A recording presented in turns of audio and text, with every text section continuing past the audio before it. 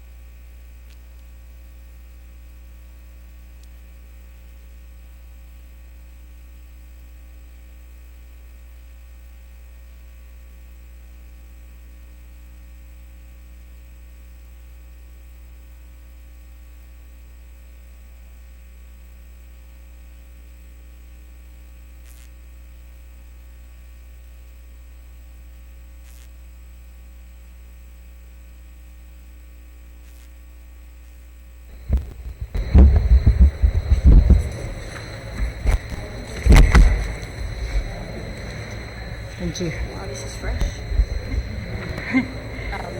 The Committee on Culture and Justice now calls this information briefing to order. Today is Tuesday, March 21, 2017. The time is 5:31. On today's agenda, there are two items: historic properties to be adversely impacted by the proposed urban warfare training range at Andersen South, proposed mitigation plans, and the process by which public comments are due to the Naval Facilities Engineering Command Marianas on April 24, 2017. The second item is cultural and historic resources impacted by the proposed live fire training range complex at Northwest Field, Andersen Air Force Base, the biological opinion on critical habitat due to fish and wildlife in fall 2017, the integrated natural resource management plan between the U.S. Fish and Wildlife and the Department of Defense, and an update on the programmatic agreement for this project. Notices for this information briefing were disseminated via email to all senators and all main media broadcasting outlets on March 13, and again on March 16, 2017. Notices appeared in the Guam Daily Post and the Guam Pacific Daily News on March 14, March 18, March 19, March 20, and March 21. I'd like to welcome all of you, and I'm very grateful for your presence here, and thank you very much.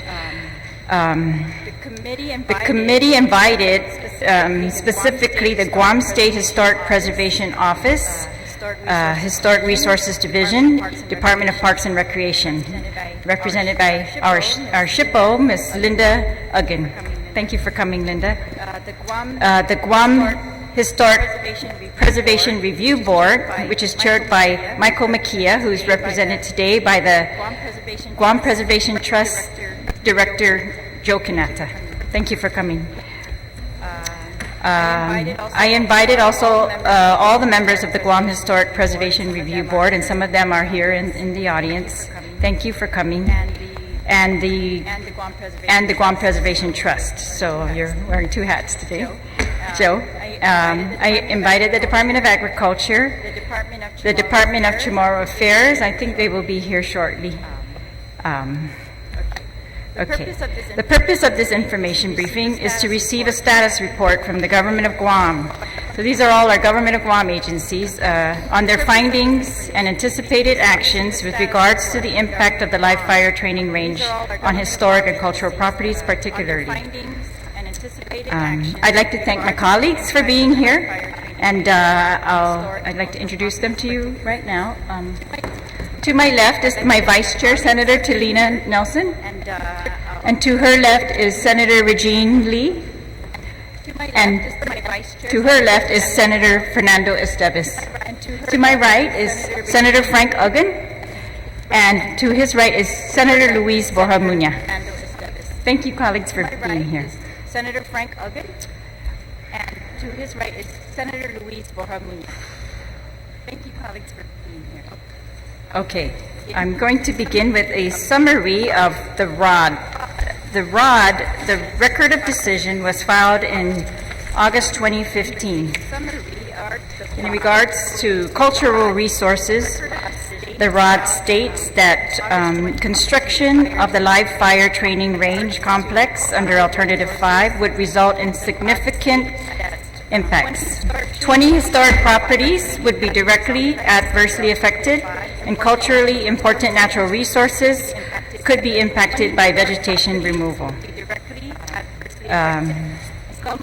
Some of the impacts are not fully mitigable due to restricted access to 2 NRHP eligible archaeological sites, and some are significant but mitigable.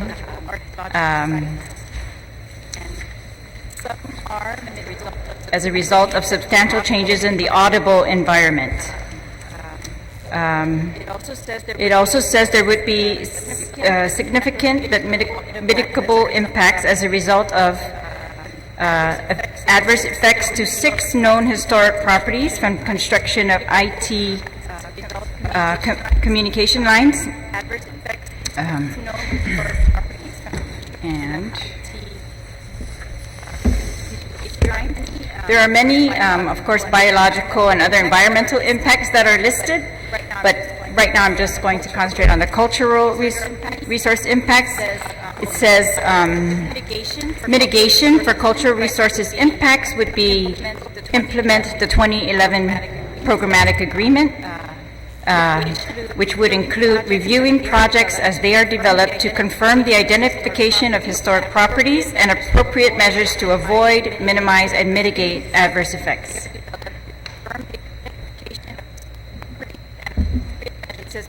It says potential impacts to culturally important natural resources will be addressed through requirements in the 2011 PA in coordination with knowledgeable traditional practitioners. And the PA requires consultation with the public and the PA parties, which include the Guam SHPO, the Advisory Council on Historic Properties, or Historic Preservation, the NPS, which is the National Park Service, and Guam Preservation Trust, and the Department of Chamorro Affairs. Okay, and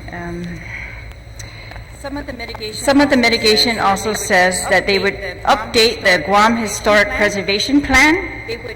They would nominate 2 or more historic properties on DOD land per year for listing in the National Registry of Historic Properties. And $12 million would be appropriated under, it says the FY 2012 Consolidated Appropriations Act, for a Guam Cultural Repository Facility to mitigate cumulative impacts. And, okay. And one more. And that they would develop a range mitigation plan.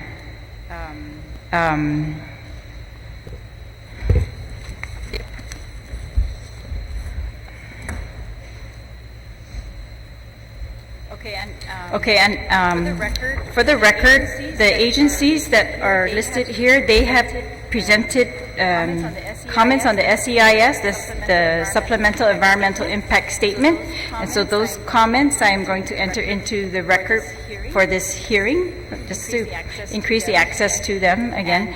And notably, sorry, on the summary, they said,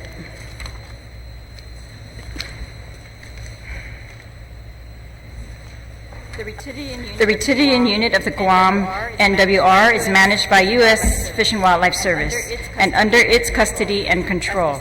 As discussed above, under the authority provided in Section 2822 of the FY 2015 NDAA, the Department of Navy will pursue an agreement with U.S. Fish and Wildlife to establish and operate a surface danger zone that overlays portions of the Retidian unit. The agreement will allow for continued management of the Retidian unit consistent with the purposes for which it was established. The agreement will allow for continued management of the Retidian unit. I think that everybody, has received copies of, there's two maps that I think are important to our discussions tonight. One is a firing zone map that I obtained from Mike Carson from Mark, which shows the firing range put on top of, and the surface danger zones put on top of documented archaeological sites. And there's another map that was included in the either in the ROD or the SEIS that shows the special status species observations on the live fire training range alternative on Northwest Field. Okay, so these show very helpful overlays onto Retidian, from Northwest Field onto Retidian. Okay, surface danger zones. And so these maps show that while the firing ranges are being built up on Northwest Field on top of the cliff, their surface danger zones, yes, they go all the way out to the ocean. So they go over Retidian and out to the ocean. And I just want to note that for the record, and I'm sure you're all aware, all the panel's aware of that, but just for the public who's not able to see the maps. Okay. And these maps will all be available at my office, and I'll also publish them online. Okay, so. All right, I'd also like to welcome Dave Lotz, who currently works for the National Park Service, but he's also a member of the Guam Historic Advisory Board. Is that correct? I'm currently Vice Chairman of the Guam Historic Preservation Review Board and also Vice Chairman of the Guam Preservation Trust, and I am here at your invitation as a member of the board, although, as you've already recognized, I do work as a Cultural Resource Program Manager here for the National Park Service, so I can impart some knowledge in either way. Thank you very much for your attendance, and we have the President of the Department of Chamorro Affairs, Mr. Johnny Sablan. And notably, the Department of Chamorro Affairs is the one that is supposed to manage as part of this ROD the cultural repository. So we're going to talk about that in just a minute. Okay. So I would like to invite. I'd like to invite Linda to begin, and pretty much for all of you, I know we could go on and on, probably each one of you with information that would be helpful to the public, and I'm sure everyone here has questions, and we could go on forever because Retidian is very important to us, but I would just, if you could give us your status update on what you think would be helpful for the public to know, and if there's any area that you think the public could have impact on, please highlight those. And if there's any way that you think we can avoid the adverse impacts that have been documented, and if you have come to find or any other adverse impacts to historical properties or otherwise that were not documented, then could you please share those with us too? All right, so I'm going to begin with Linda, the State Historic Preservation Officer. Thank you, Linda.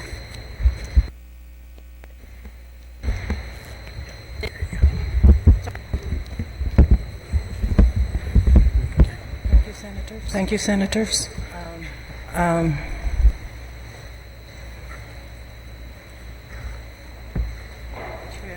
Actually, I don't know where to begin. Maybe you should ask me a question. My name is Linda Uggan. Okay, Linda, thank you. As a SHPO, you are pretty much the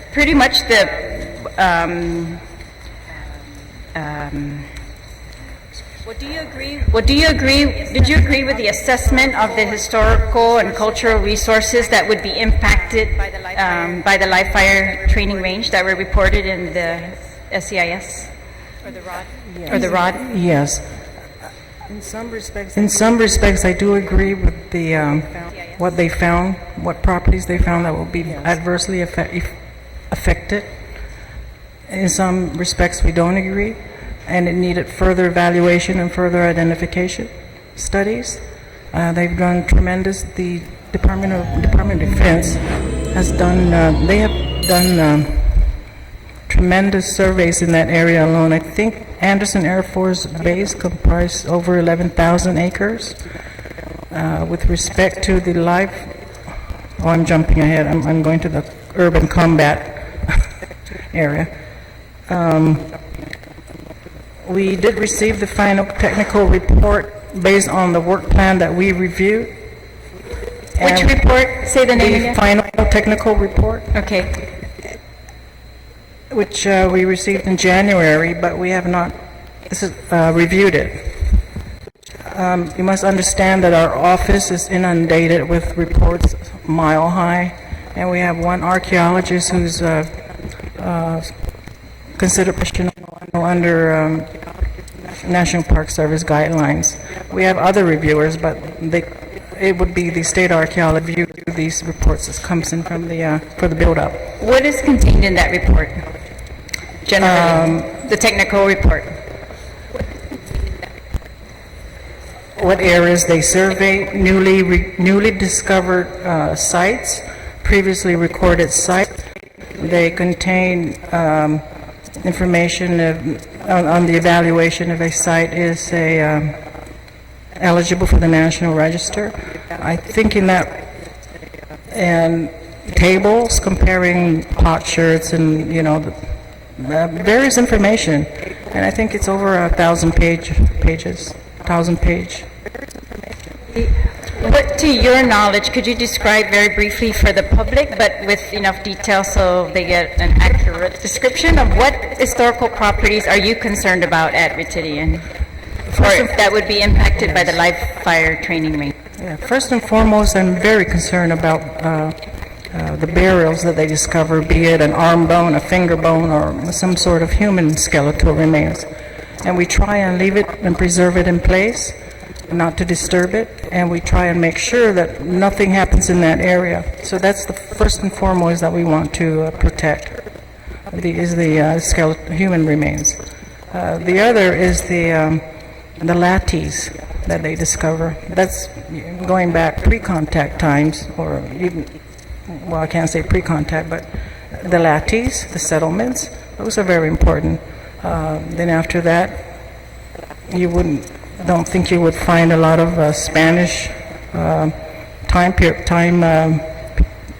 or sites, but Lati, and then possibly the Northwest Field itself.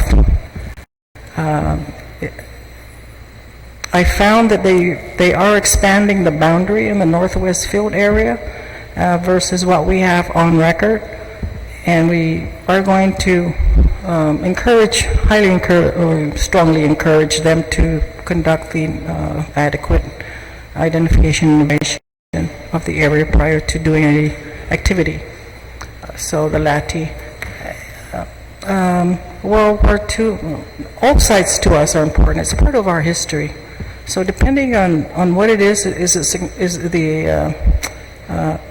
you look for integrity of association, a feeling for our island with respect to our history. It's hard to explain. It's I've been in this business for over 20 years, and every day I learn something.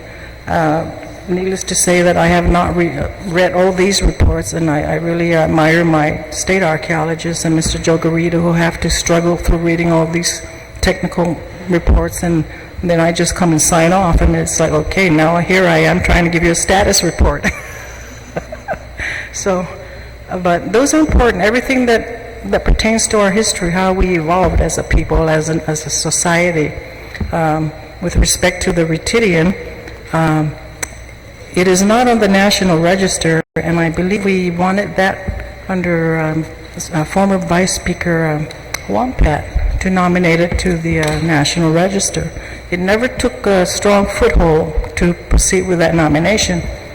It is on the Guam Register, but I'm not sure even if the federal, entity will, especially with their MOA, with the conservation of the kingfisher habitat, the MOA that evolved. So I just wanted to stress that regarding the Ritidian.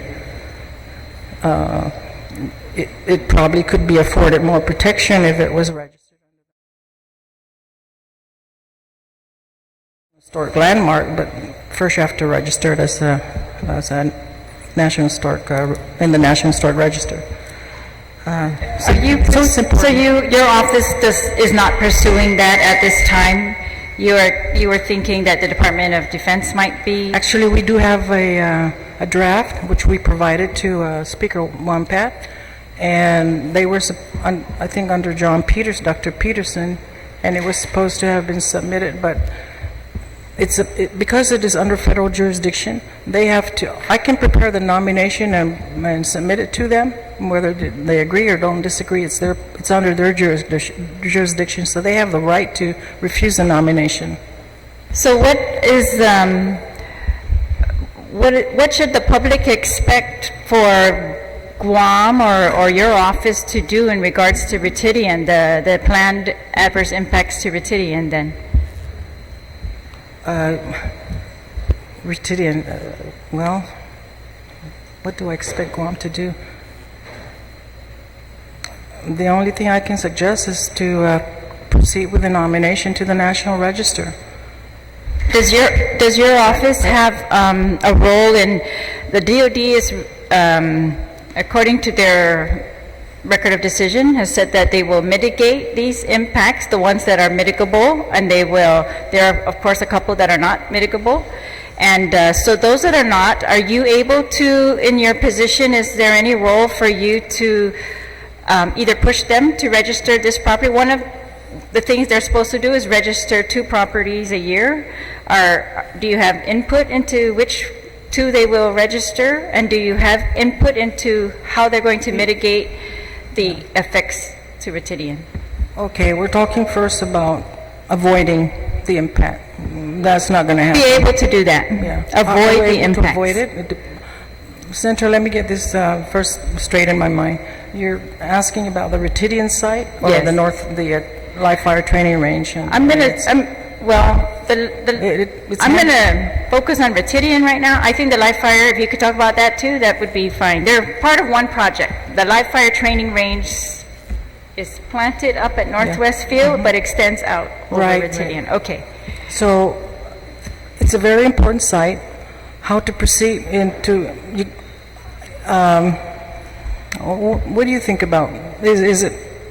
You think it's feasible to avoid that? To avoid the impact? To me, it's a struggle, but we can try. What happened to Pagat? They moved it. No, if they want to move the live fire training range over at Putcom Point, but that's another. They keep moving around the island. You keep finding sites in the whole coastal areas. So the best thing to do. I mean, they probably spent millions of dollars already with all the studies and all the things that are in progress, the contracts and everything. It's worth a try to avoid it, minimize.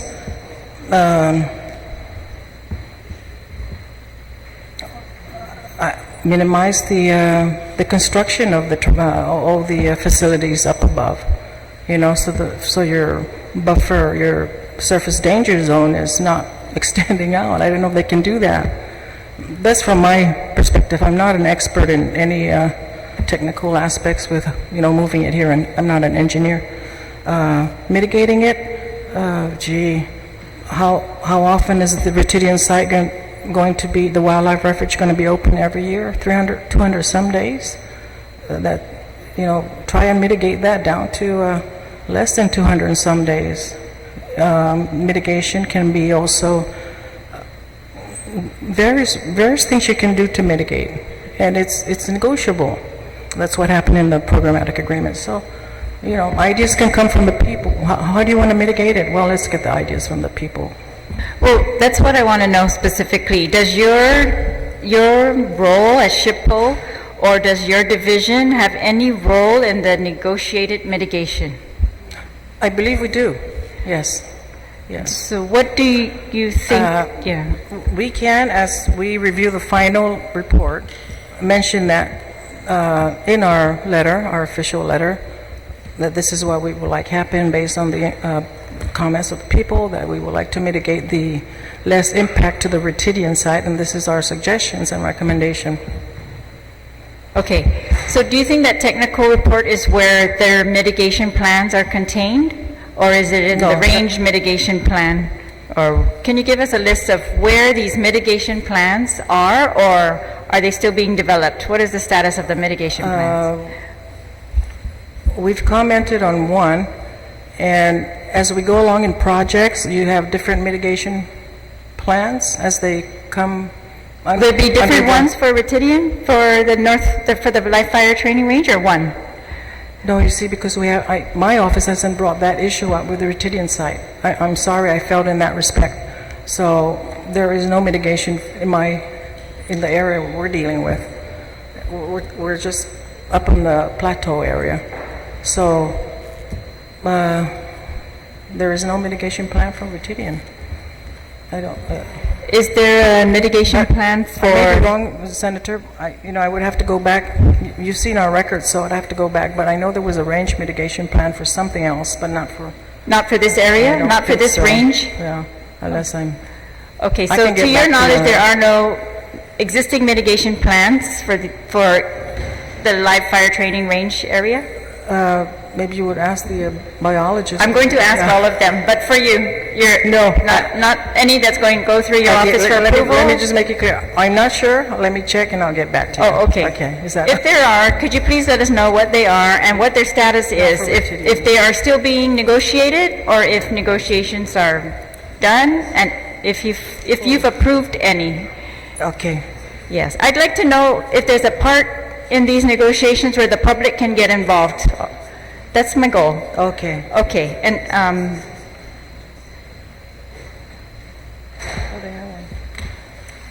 are you able to share from the reports that you have received of the surveys that have been done by Department of Defense,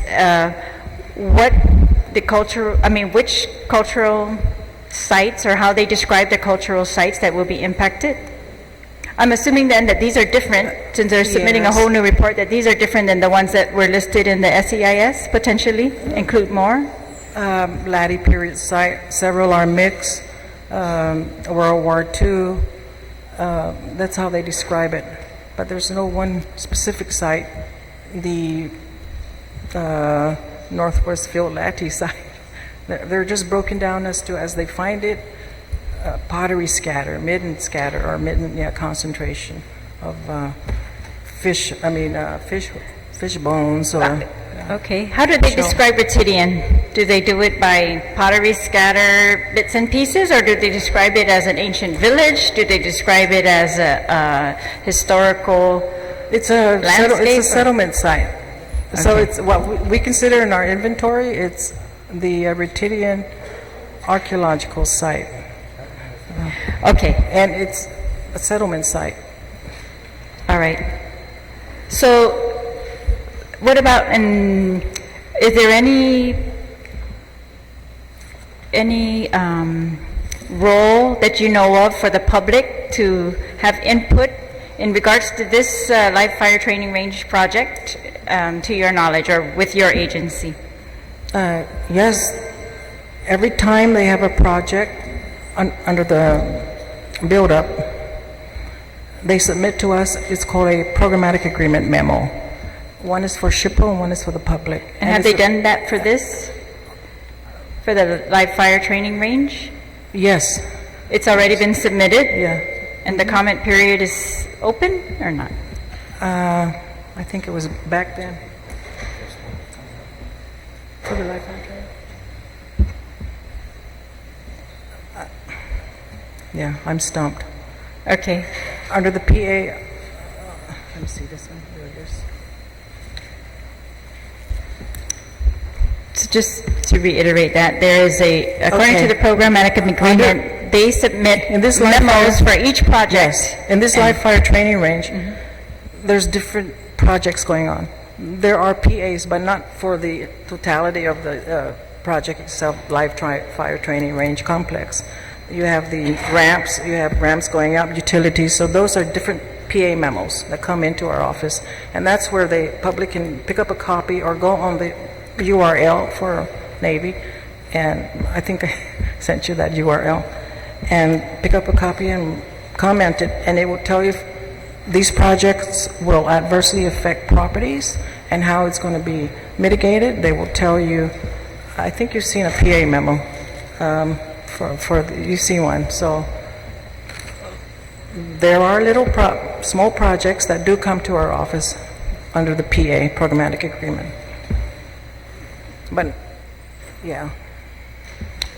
So have you seen those that indicate impact to the archaeological or the settlement sites at Ritidian? It doesn't mention impact on the, for Ritidian. Can so. you make a recommendation for those who might want to comment on those memos that impact Ritidian? the Ritidian settlement site? Yeah, which memo should they look to? We don't have one yet for that. Not yet? Yeah. Do you expect one? We should. I don't know, Senator. Those questions are... Okay, well, yeah, I'm thinking that the way you're describing the programmatic, agreement, the memos that are being submitted, if they're piecemeal like that, then they might not clearly indicate the surface danger zone when they're building one ramp or one structure. Yes. It's going to be difficult to follow. Okay, all right. Is it okay? I'm going to come back to you, Linda, with more questions after we hear from the rest. Maybe they can fill in some of the information here. Okay. So I'm going to... Joe Kanata? Yes, my name is Joe Kanata, the Chief Program Officer for Guam Preservation Trust. And also we sit at the table with the Programmatic Agreement. We're one of the signatories and in consultation. I know that the Guam Preservation Trust, we've stated strongly about public access, and they are addressing public access. But at one of our consultation meetings, I was really concerned when I read one of their documents. I was concerned about traditional cultural practices and the properties that are related to these traditional cultural practices. When we talk about traditional cultural practices, we talk about the Suruhanos going in and taking, and they do that regularly down at Ritidian. We talk about the fishermen that go fish out there, and we know that the SDZ, the safety zone, it goes beyond the reefs. So we were concerned about that, and these are traditional cultural practices / properties that also holds very strongly into all of these mitigation or the process that they have to go through. We offered our help, the Guam Preservation Trust, with the military to get the public involved in this, to find out how we can be able to resolve this public access and traditional cultural practices down at the properties that are related to that. We do sit down and we do support the SHPO as we go through our consultation meetings. We do have a regular quarterly report, status report, that we go through and we review them to find out, like you said, how can if there is an adverse action, there's an impact, how can we be able to best mitigate it where their operation and what our needs are met. And so it is a work in progress as we go on with the programmatic agreement. There's the other concern I raised also regarding the programmatic agreement, and that is their fulfillment with what they say they want, they need, that what they agree to do. And one of the most important thing is the repository. that still has not been produced. And my comment to that was, if you do not produce a repository, then there is a breach in agreement. Then we have to go back and do another negotiation. So that they're aware of, and they're trying to see how they can be able to get the funding for that. What we found out, or what we were told, was that although it was appropriated, it was not authorized, and so that's what we're faced with right now. We're faced with right now is that if they don't produce it, then there's a breach in the agreement. Joe, aside from access, then, is your agency concerned, or the Guam Preservation Trust concerned with impacts to the historical properties at Ritidian? Yes, we are concerned, and we've submitted a letter regarding those. Are you aware of any way that the adverse impacts to historical cultural resources at Ritidian can be avoided at this point? They could be avoided, and they could be avoided in many different ways. And when we sit at the table regarding programmatic agreement, there are ways we can be able to put in our concerns and say, hey, perhaps maybe we can tweak this a little bit so that we can be able to avoid that. And if we can do that, that would be a great thing. But we're sitting at the table so that we make sure that what they said they were going to do in the programmatic agreement is done. But in the programmatic agreement, and that includes mitigation. Well, for both of you, Linda and Joe, was Liticton or Ritidian included in when the programmatic agreement was signed? Were the impacts to that area included at that time? No, at that time they weren't. Those mitigation really were not directed to avoid anything at Ritidian, or maybe specifically mitigate anything at that area. At the time of the programmatic agreement, no. Yes. Because they were looking at pocket. Right. Yeah. So it wasn't looked at the time. So do you have any, are you negotiating mitigation? Joe, is your agency negotiating mitigation for Ritidian or the Texan? Yeah, at this point, we really have to look to the SHPO to start to take the lead in mitigation. We only sit as a consultation to the PA. The SHPO actually has the lead and has the authority to make that call. We suggest and we make recommendations. Have you made any for a mitigation plan or any specific mitigation regarding specifically directed for no, we have not. Avoidance proposals? I mean, are there any? No, we have not. Okay, what do you I'm sorry, I don't have the listing in front of me of when it was listed on the Guam registry. What is it, can you just describe for the public very briefly, what is it that's important about that area?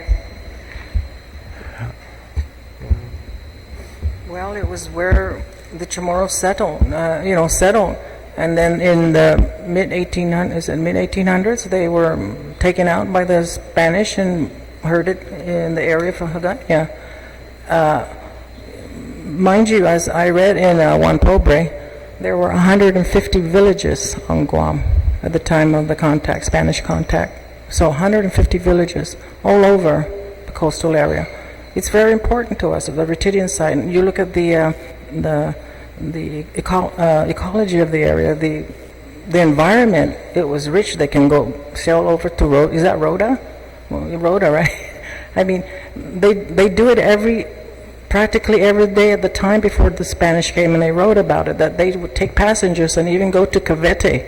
So, of course, everybody knows our history goes back almost 4,000 years ago, 3,800 years to be exact, almost to be exact. That's why it's important. It's a connection to the Chamorro people with all these settlement sites that are daily being destroyed. not only by the federal government, but also by private industries. You know, they want to build their hotels, this and that, and this and that, especially the Pago Bay. And so our island's so strange, our island's so small, but yet we have so many sides. To protect it, what can the people do? Well, we're doing something with Retidian. We have a voice out there, and in the next annual meeting, which is in April, and I really want to have someone sign that programmatic agreement to be a voice in that. I don't know, Person from Milan never signed it.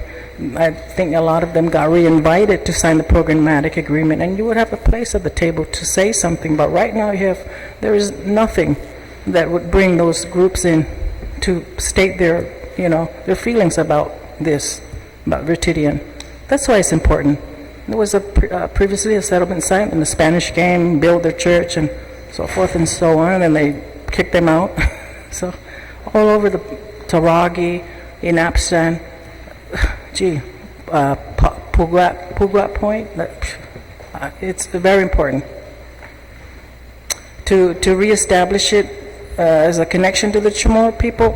Let's pursue it, and let's have them redesign the live fire training range. I don't know, move it 10 degrees to the east or south, whatever the direction, to avoid the SDZ. So that's. Are you aware of any specific way that we could, or you could negotiate that, or that we could, or that as a signer of the programmatic agreement, a party, are you able to impact that? I believe we can. Yeah. You think so? Could you describe that to us, Joe? I know that there is always a possibility, and I encourage the legislature to be part of the programmatic agreement, to be a signatory, so you can sit and be part of this, be part of the negotiation, be part of the mitigation team. But there is a possibility. The live firing range right now is on hold. They're not doing anything there.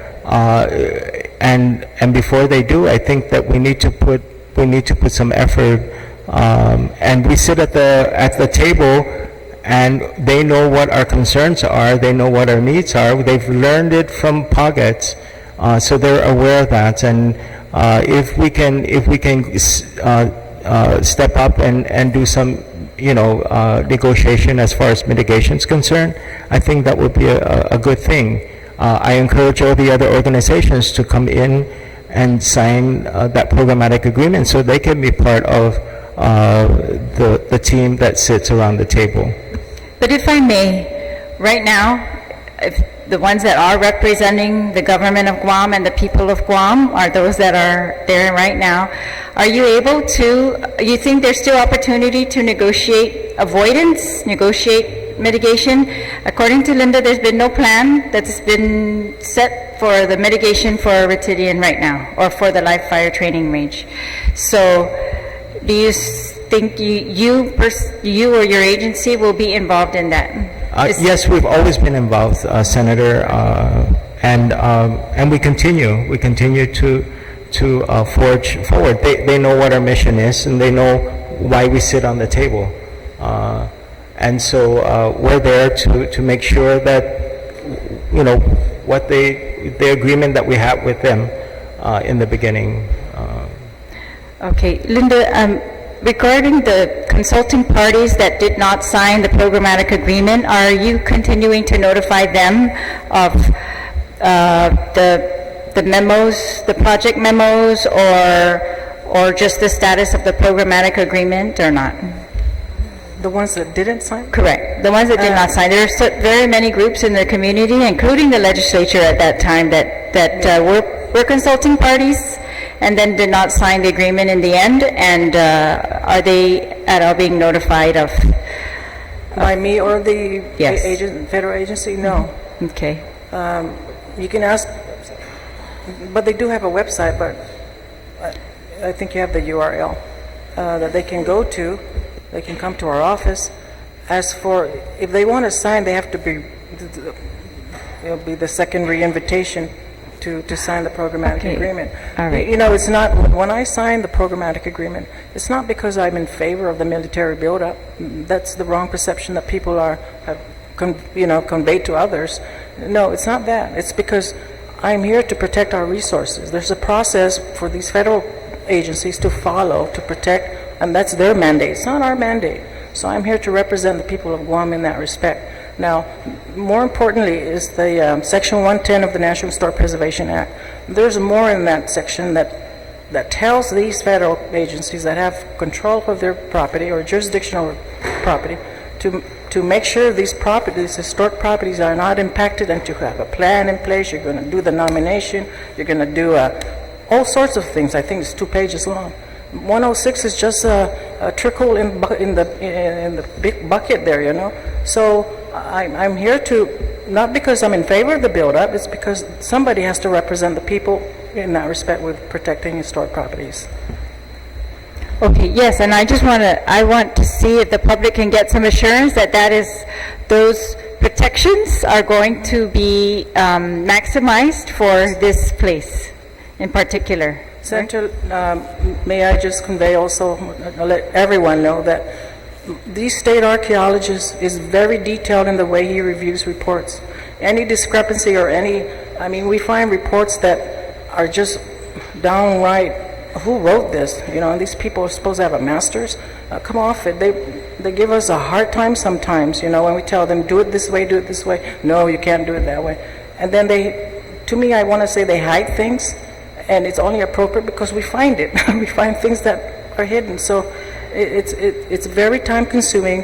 The state archaeologists can only do so much, and they demand too much from him because, it's 45 days, you have a 1,000-page report to review, you know. Well, put it on top of the pile of 10 here, or, you know, our office is very busy. And to sit here and ask me all these questions, just today I had to review the file. I mean, our file is like that long. Well, if you have a second session, I'll come and I'll be ready. Okay, thank you. And I know, like I said, we could be here for days on just this one project and just this one agency, but I'm trying to, as fast as we can, impact this, spread this knowledge to people in the community. We've got people who are very interested in, if there is a role for them, I want to ask you to highlight that for them, for all of us. If there is a role for you, I want you to just, remind us what that is, and so that we can support you in that role. And if you need our support, please let us know.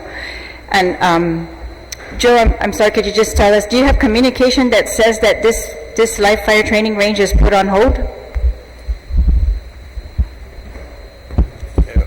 Right now, I'm looking at it right now, and nothing is, according to their report, nothing has been done yet. It may be because we haven't reviewed the, I'm sorry, Senator. It may be because we haven't reviewed the final technical report. So they have submitted a final technical report pending your review? It may be that, yeah.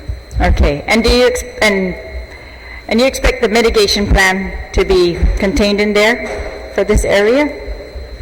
You know, this is not the one I reviewed yesterday. I don't know. I have to check. Okay. All right. Okay. Mr. Lotz, could I ask you if you've got any comments along these lines to help the people to understand the impact of this firing range on this property? I'll certainly elaborate on that. If I may, let me just give a little bit of background that kind of covers your whole agenda, because I think it would be advantageous. But I'm vice chairman on the two boards, Guam Preservation Trust, and the trust is represented by our Chief Program Officer, Joe Kanata, in a programmatic agreement which was signed by the trust. Joe on behalf, and the Historic Preservation Board is represented by a State Historic Preservation Officer. By the nature of our legislation, there is no specific statutory basis, even though we have some discretion. Relative to the programmatic agreement, that was in 2011. there were many parties that did not sign, and the signature would have been for concurring party, which troubled a tremendous amount of people because it implied you agreed with everything that was being said. I would say that even if you do not agree, I would sign and encourage all parties and interested people to sign, because it gives you a seat at the table and it gives you an opportunity to receive items such as a semi-annual report, and particularly the annual meeting for this year is coming up the last week of April. And I have participated in those as a representative of a signature, which is the National Park Service. Those still have a good forum to go over many of the items that you're bringing up to our attention today. A couple things I do want to mention. The depository actually went backwards before the Congress. It had a few years ago, it had the appropriation but not the authorization. The authorization came through in the Defense Authorization Act that passed the Congress and signed by the President late last year. So I do know that the Office of Economic Adjustment of the Department of Defense has been in contact with the government of Guam, principally the governor's office, on that. I have been concerned that the Programmatic Agreement calls for public access. That was written in 2011, and it's my understanding, with the exception of the traditional medicine practitioners, the people who would like to have access to the cultural sites, that actually only started with a few people allowed entry earlier this calendar year. And I think it's a very disappointment, because you do not see people in principally the U.S. Navy, seeing the advantage of working with the people on the island who just want to visit our heritage in many areas that are controlled by the Department of Defense. Relative to the live fire training range, I do believe Congress has actually appropriated funds for that. And there has been a couple items that have been, and this is an advantage of also going through becoming a concurring party, because the range mitigation plan was a focus of that discussion. Now, even though on the range mitigation plan I have seen adjustments to avoid certain areas of cultural resources, and now while you actually don't destroy the footprint of these, you enter adverse effects into those because you've changed the character of the surrounding. And of course it impacts access, and particularly the character is a troubling concern. I'll get back to Retidian in just a minute, but before, you have on the agenda relative to Andersen South. Dave, can I interrupt you right there? Is that range mitigation plan, do you think that is a mitigation plan specifically for the live fire training range? Yes, it is. All right, thank you. It's listed in the semi-annual report the end of last year. It's stated on page 1. Just a comment on the Andersen South. What is left there is really, to me, very marginal, because the vast amount of Chamorro cultural resources was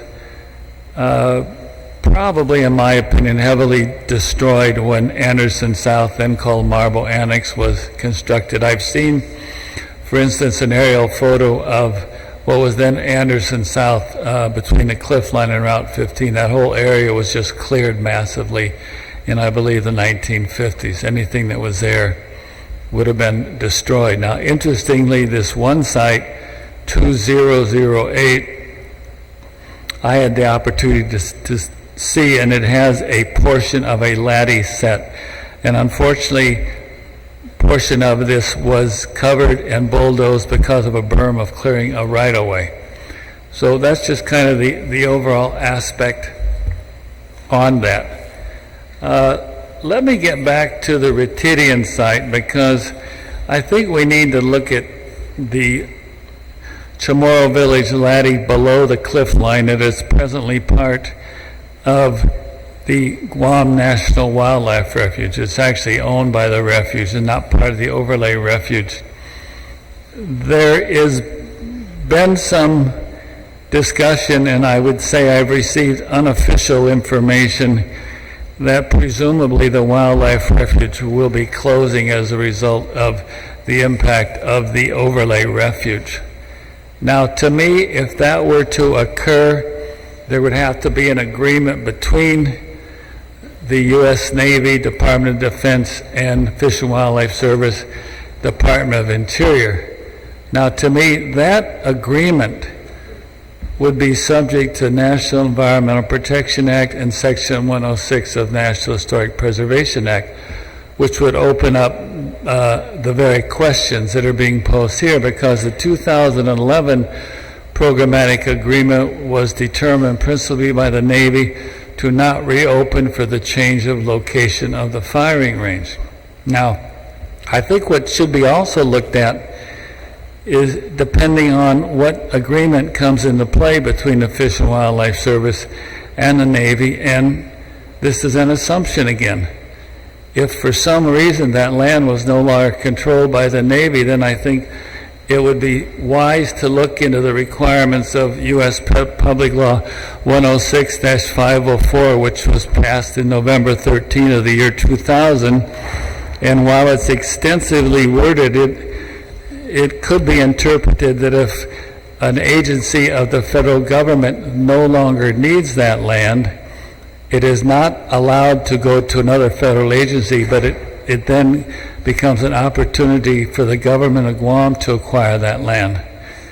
Now, this raises a lot of questions on the potential future of the firing range, and I've asked many people, and perhaps somebody in this room could enlighten us on this, but we have unfortunately not heard what is going to be the details and agreement between the Navy and the Fish and Wildlife Service relative to Ritidian. Do you expect that agreement at a certain time, like this summer, or, and is there a name for that agreement that you're referencing? I've only heard that there was an agreement that was supposed to be signed, but then when do I expect it? I had expected it a year ago. So it's really uncertain as to what's happening on that. But when you see that there is a Do you think, I'm sorry, David. overlay, Yes. there's going to have to be some sort of agreement. And there was some, our representative in Washington did pass legislation to allow the overlay of the safety zone. And that piece of legislation did mandate an agreement. So there is a statutory basis for that. Yes. But to your knowledge, none of the Guam agencies will be involved in that process, that agreement, except after the agreement, or prior to concluding the agreement, will the NEPA process kick in? I really don't have an answer to that. I wish I did. Okay. If anyone knows the answer to that, please let us know. I'd like to know exactly when, if any, the NEPA process is going to kick in on that agreement. Okay. Thank you, Dave. Mr. Sablan, I know you're here to talk about the repository. Is it okay if I let Tino Ogan from the Department of Ag talk about Ritidian in particular? Did you have input on Ritidian in particular? This is a... All I have to say is that... I'm sorry, introduce yourself for the, yes. the recording. My name is Johnny Sablan. I'm the Imas Gehilo, or Presidente gi Departamento ni Kaho Ginahan Samoa, Department of Samoan Affairs. Our role really is after our partners like SHPO and others involved in the Programmatic Agreement. That's when we come in basically to assist in the implementation and the preservation of what the findings are. So in my personal point of view, is that we look forward to keeping all artifacts for the people of Guam, and that's basically our role, is to protect the artifacts and putting it into the cultural repository as designated by SHPO and others. Is the government of Guam in negotiations for the repository, to your knowledge? Right now, there's an invitation by several stakeholders from Washington to come to Guam in April 27th and to discuss the building of a cultural repository. That's all I could address.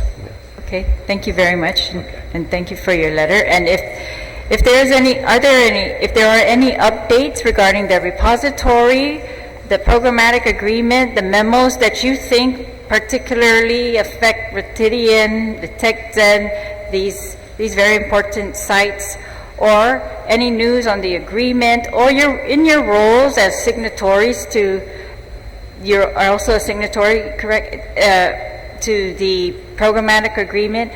Yeah, I am willing, and I'm sure my colleagues are willing to help you to facilitate getting that information to the public, getting input from the public if it will help you to represent us in these negotiations or these very important meetings, or in influencing any agreements between Fish and Wildlife or any other parties. And okay, I'm going to let Tino Uggan from Department of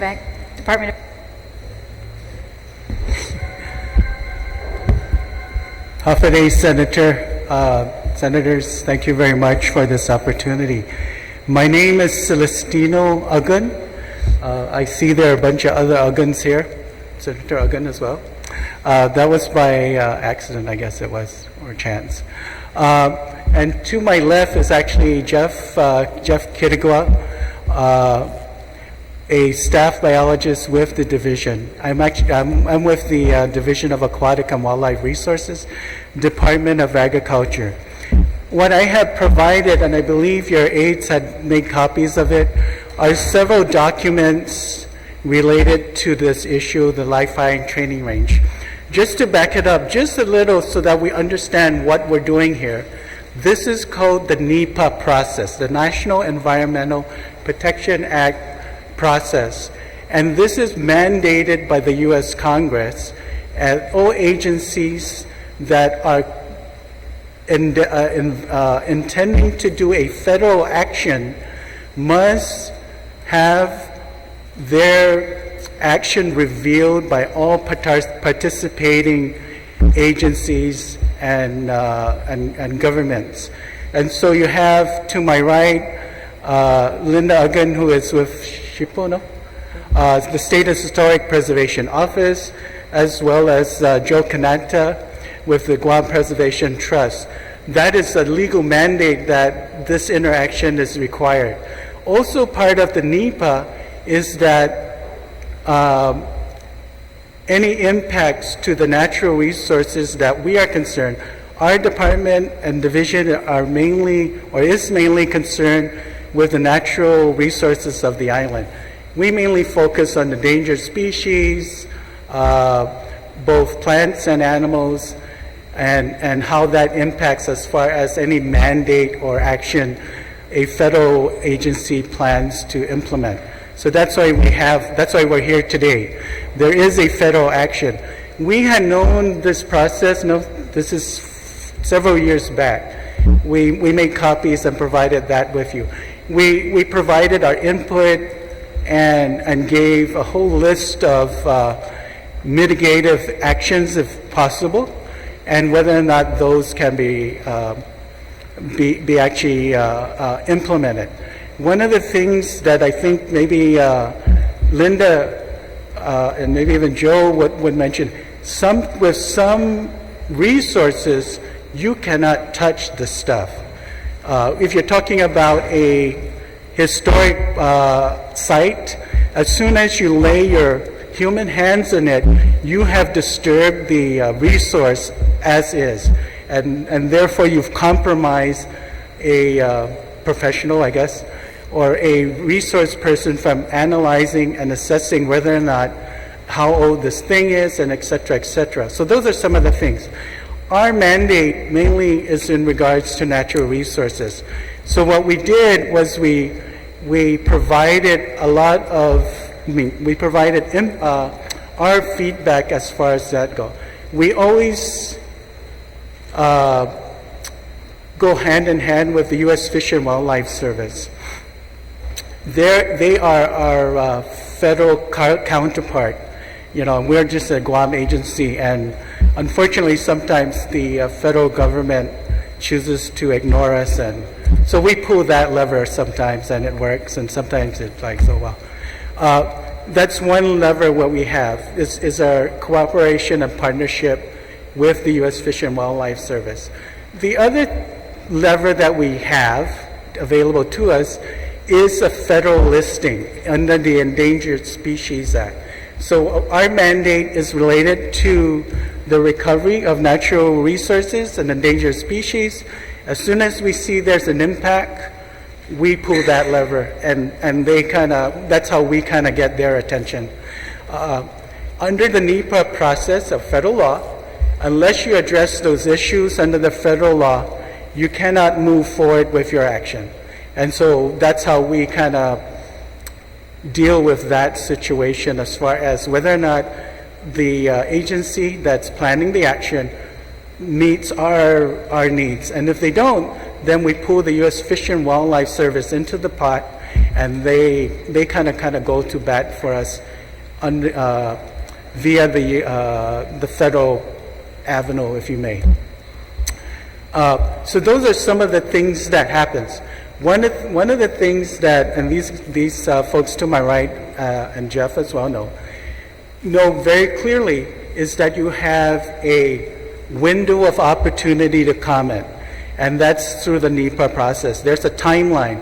If you don't submit those comments in time, you've passed that opportunity, and everything moves forward with or without your comments. Sometimes you can work to get those in, and other times you cannot. And it always depends. We have under Guam law those levers as well, and this is in regards to the protection of the natural resources. We have currently on the books Guam's endangered species. Some, if not all, some of the species that we have are also on the federal listing. So they're not only locally listed, but they're also federally listed. So there's another legal lever that we have an opportunity to pull. For example, the Guam Micronesian kingfisher, the sihik. Most of you know what that is. It's a little bird. That is listed under the Federal Endangered Species Act. So that's one of those. The Guam sea turtle is another one, et cetera, et cetera. So you can go down the list. Those have more weight in terms of federal responses when we pull those levers than if we say, well, these are all locally listed, but they say, oh, well, whatever. And so there are different ways we could try and get our attention. I think what was mentioned by Mr. Lotz was that they had actually kind of tabled some of their activities. And so when I saw this stuff going on, I said, wow, that was kind of interesting. And so I had to pull all the historic records that we have, and that's why you've got copies of those. One of the things that is also evident when we move through this process is whether or not, and this is how we kind of play hand in hand with the Guam Preservation Trust, the State Historic Preservation Office, as well as the U.S. Fish and Wildlife Service. We all communicate and let everyone know that we have concerns, and whether or not those concerns are being addressed through the NEPA process as well, and then we move forward in that regard. So that's why we are mandated under federal law, and and that's why I guess we're all here talking about the whole process as far as the action that the military, Department of the Navy, DON, is planning to and implement. And so they're looking for comments and all that, of which we've submitted multiple times. And so I guess there was a question of whether or not they feel we're being listened to. Yes and no. As you know, we are in a recovery mode with our endangered species, and those we are having to move along, and that's where we kind of play have the partnership with the U.S. Fish and Wildlife Service in terms of all the endangered species recovery. We got funding under that, and et cetera, et cetera. So that is really working out fairly well for us. When it comes to these kind of actions, we also make it known to the U.S. Fish and Wildlife Service, the very impact. These areas technically have been identified in our, I'm looking at it to Jeff because I'm looking for the correct buzzword. Our recovery plan for certain species. So those have been out there for several years. So our recovery plan for the Guam kingfisher, the sihik, and all the native forest birds that used to be part of Guam, those are in that, and it identifies the critical habitat. That's the word I'm trying to pull out of my mind. Sorry, I'm getting old here. But anyway, it's the critical habitat that is crucial. Those need to be identified, because if you don't identify that and you come up later, then you get that idea that you are just kind of mentioning things in response to some action. Those were done way ahead of the game, and I think they know it. One thing very interesting, you were asking questions about Retidian. Just a little bit of tidbit Guam information. That was like the last stronghold for much of Guam's native forest birds. Retidian Point, the forest down below, and that whole area. Those areas have been crucial, and in fact, we have some of the progeny or the offspring of birds that we had actually pulled out of the wild into the bird, into the wild. So those are some of the real very interesting tidbits. The other question was whether or not they're listening to us. I think the response is they are, because with the U.S. Fish and Wildlife Service as part of our partnership with them, and we stay in communication with that agency, that's a U.S. Federal agency, they have the legal levers to mandate. Some of the things that we don't have, because then we have the local listing, and doesn't carry as much weight, unfortunately. And all our native forest birds are listed under that particular document. One of the things we do annually is to renew our endangered species list. That's on an annual basis. And we communicate that with the U.S. Fish and Wildlife Service. So they are fairly aware of our activities, both in the recovery aspect and all the other actions related to the recovery of endangered species. So I think we're okay for the most part. My little pet peeve here, if I may, is that we don't have as strong as legal levers as some of my counterparts to my right.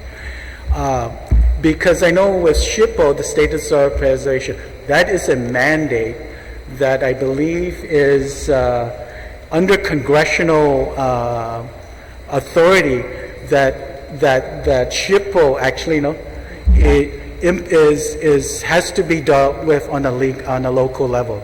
And so that legal lever is, we, on the other hand, are related to find our levers with the U.S. Fish and Wildlife Service and all our cooperation with them. We have all the documents related to our partnership with them and everything else that's associated with the... Tino, may I direct some of Sure. your testimony? After you submitted testimony during the NEPA process on the SEIS and the record of decision came out, was there any other NEPA process that you are aware of?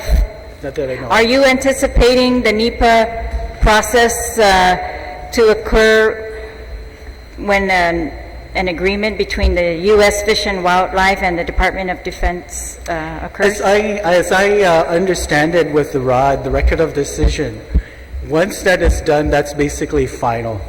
And so any negotiations or agreements or actions taken subsequent to them will be subsequent to that. And I'm not sure if it's binding or not. But you are not aware, you're not, your agency's not been notified of, are you involved in the agreement between the U.S. Fish and Wildlife and the Department of Defense? Are you helping them? We are not at the table, so to speak, right? Not that I know of. Being consulted? We're just consultants to... Just press the button, There we yeah. go. We're just consultants with the U.S. Fish and Wildlife Service as collaborative partners when it comes to the record of decision. Are you aware of an agreement that they are trying to negotiate with the Department of Defense? You know what? To tell you the truth, I don't recall if we are or not. I don't believe we are at this moment, as far as this process already. Okay. And usually the ROD basically encapsulates everything else that's been agreed to. Because it's a record of decision, it's what they formally have agreed to. And whether or not anything subsequent to that will be up to other agencies to try to figure. Are you involved in any pending biological opinion that is being prepared? A biological opinion or a BO is, okay, the biological opinion is part of the, is it before or after the NEPA process? It's before the ROD. It's part of the ROD. Yeah, that's what it is. And so that basically is a process that's already been completed, per se. So in reality, the way I understand it is the ROD is the final document that acts as a guiding document for all agencies, and as well as not only federal, as far as federal agency and whoever the counterparts are. Yeah. Okay, and then, did you get a copy of this? Yes, I did. Doesn't this show, I mean, that the habitat that has been designated, and maybe by your agency, is that this live fire training range is going to impact that habitat? So that's been decided already in the record of decision, right? Yes. That was the alternative that was proposed during the SEIS after Paga firing range was closed. And from our review, that is right on top of the Critical habitat. Guam National Wildlife Refuge, which is crucial habitat for a lot of our native species that are in there. Not just our forest birds, but there is the Guam tree snail that is in there, which has recently been submitted or added into the U.S. Fish and Wildlife Services Endangered Species Act in 2015. But yes, that is basically habitat that is very crucial to recovery of the species. One of the, when we talk about biological resources, it is also cultural resources. A lot of our native species are part of our culture. So, we work very closely with SHPO, and especially when it comes to these, the window or the opportunity to review these documents. We do work closely hand in hand with, their office, with Linda's office. The Sariantes, the Hazalagu is just right there on the footprint of one of the major high-powered range area. that's going to have a huge impact, and that's the only living tree here on Guam. So that was information that we had actually pointed out into our reviews, and I think because of that, it has startled at least DOD and as well as U.S. Fish and Wildlife Services to put a hold on Rutidian and to look at it further and to really decide if this is the actual place to hold this firing range. So that's what's putting everything on stop right now. It's because of the Hazalagu. Well, I thank you for those efforts, and but I just want to say something. I went to a briefing by the engineer for the Department of the Navy, I think, and giving an update on their projects, and she made it sound very clear that they are waiting for a biological opinion this summer, and that is the only impediment to the building of this firing range at this point. I have other information that there may be that agreement between Fish and Wildlife and Department of Defense, and so if your agency, are you a signatory to the Programmatic Agreement? Not. Department of Agriculture was not. Okay, well, if your agencies have any knowledge of these types of things, I'm hoping that you will share them with us, you will share them with the public. The public wants to be involved. There's a big segment of the population of Guam that does not want to see our endangered species further impacted, their critical habitat. They absolutely do not want to see the cultural resources, our historic sites, and further impacted. So we are looking to you to, please assist all of us in keeping us on that table, negotiating for us, or not negotiating for us, or at least keeping us. And Senator Uggan is the head of the build-up, the military build-up committee for the legislature. I'm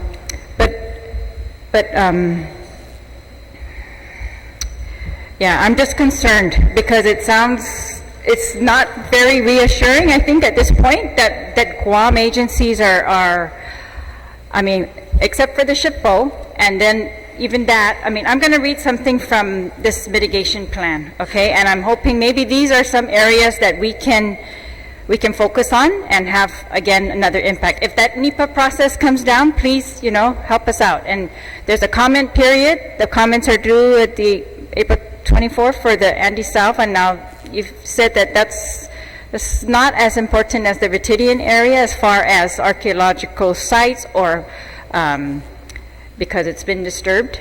But, okay, part of the mitigation plan, the public parts of it that I could discern sound like the investigations by Department of the Navy or Department of Defense will be provided to the SHPO in the form of technical reports. And so you've said that you've received one of these. In addition to the technical reports, the Department of Navy will prepare a consolidated information package to present the findings to the public. I don't see here any other real action by the public that we're going to be allowed, but if you can find those for us, I would appreciate it. The other thing that they say is the Department of Navy will provide an opportunity for design review of the live fire training range to the Guam SHPO. Has that already been done? Has the SHPO agreed to the design of the live fire training range? Not necessarily agreed to the design, but we reviewed the design. Reviewed, okay. Where they need to avoid any impacts or adverse effects, we discussed that with them. Okay. Yes. Senator, if I may jump in here. Yes. I think one of the things having in our agency gone through this whole NEPA process over and over again, one of the things that we've learned is that, one, you make it very clear to the action agency, this time I guess it's the Navy, that these are the points that need to be addressed. I think that has to be very clear, because if you respond in a very general way, you're not going to get anything done out of it. And they could weasel out of anything. And so I think in our experiences that, with this whole NEPA process, that you need to be very clear as to what has to be done. I think when you're looking at one of the things that what's very interesting on our end is that we're natural resources. We love native forest habitat. Anytime we could do stretches and acreages of forests without anything, that makes us happy, because we're looking at forests that can recover or is going to stay as is and is left untouched. I think that helps SHPO, state historic preservation needs as well. So there's a dual thing here. But one of the things that is also clear with the live firing training range complex action, that's going to create a whole bunch of people coming back and forth. We've seen some of the, just on Guam's tourism movement of people. When you have a bunch of people, and I guess I've seen numbers of 10 to 9,000 Marines coming in and out, it's a bunch of people. And we have already problems with the coconut rhinoceros beetle. We have problems with the little fire ants. We have some introduced species that have become noxious and are creating its whole list of environmental problems. What we have made clear is that even if you get to that process where you've addressed everything, when you start moving a bunch of people, you have to be very clear that these things that are part of the movement of military personnel is sanitized to the nth degree. And we've seen actions where they are agreeing to that, but like like it said in the expression, the rubber meets the road, is whether or not you're doing it. If you're not doing it and you're just giving lip service to the action, we're not getting anywhere, I think. Are you approving any mitigation plans for this live fire training range, your agency? We do it in concert with the U.S. Fish and Wildlife Service. What is the name of that plan? But I don't think we've actually seen. How many have we seen, Jeff? I'm sorry. No, we haven't seen anything as current with the live firing range. We have seen stuff with the other things that they have proposed in, 10 years ago, during the EIS for the marine relocation, which included the cantonment and other aspects of DOD. There's just so many things going on in DOD property that we review. In light with everything outside the gate, it's become a domino effect. Things are just speeding up really quick. Just like today, I did 3 clearing grading permits for people who wants to build homes so that they can rent it out and lease it out to military families.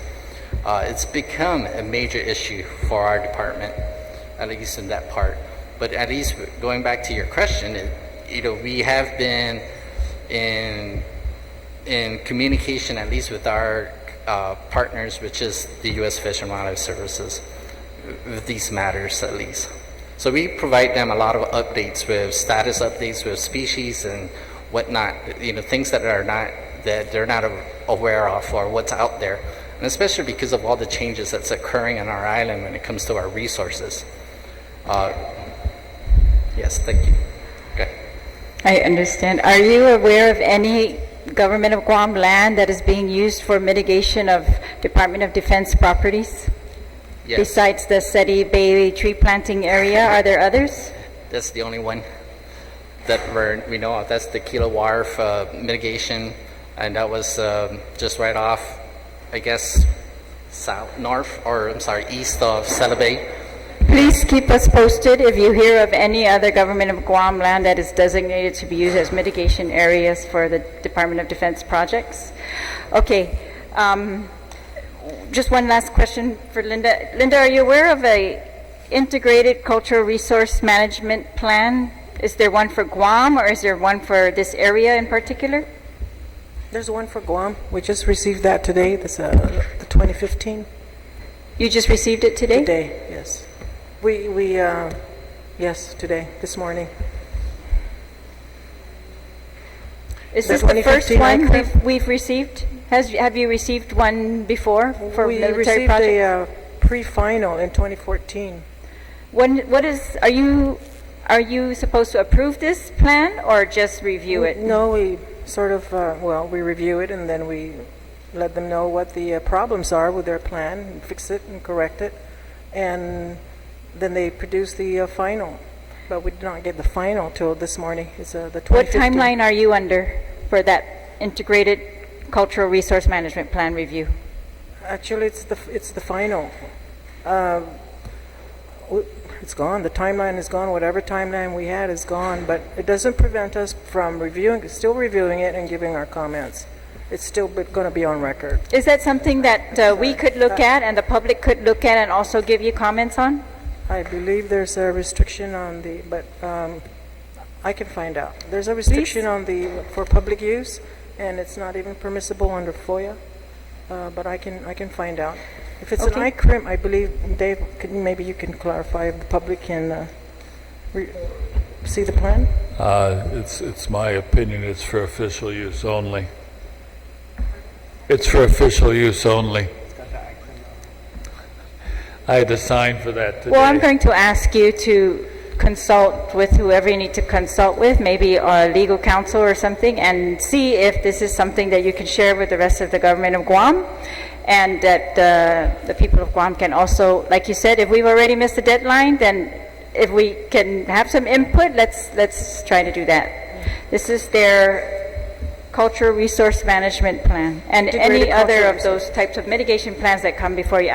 I think my colleagues are anxious for some questions. I am anxious also. There are members of a group here called Save Retidian, Save the Texan. I'd like to hear from them. I think they might have questions for you.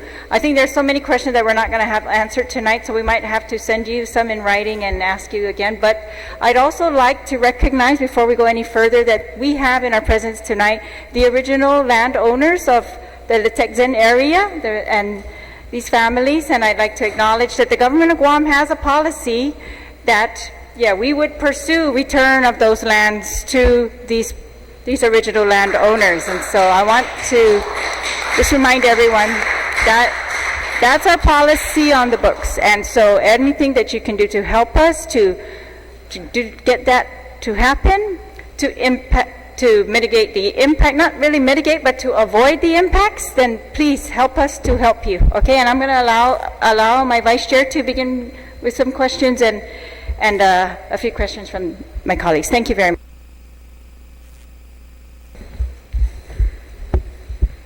Thank you, Madam Chair.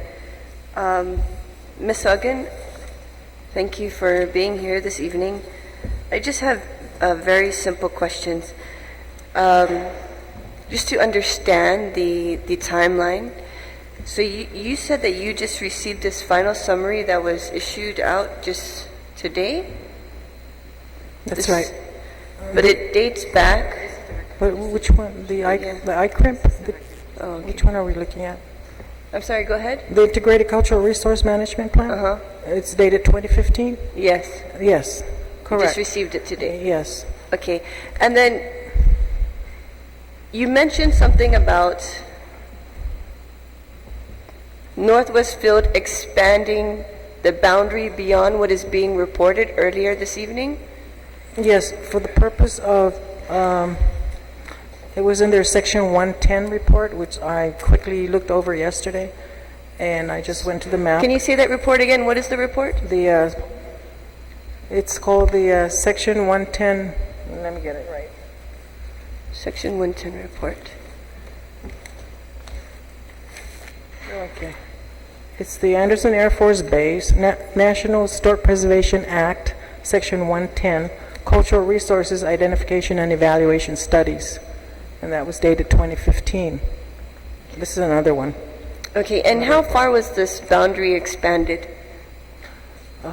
An acreage, I'm not, I know the northwest field that we have on the boundaries in the site area is, I think, 600 acres.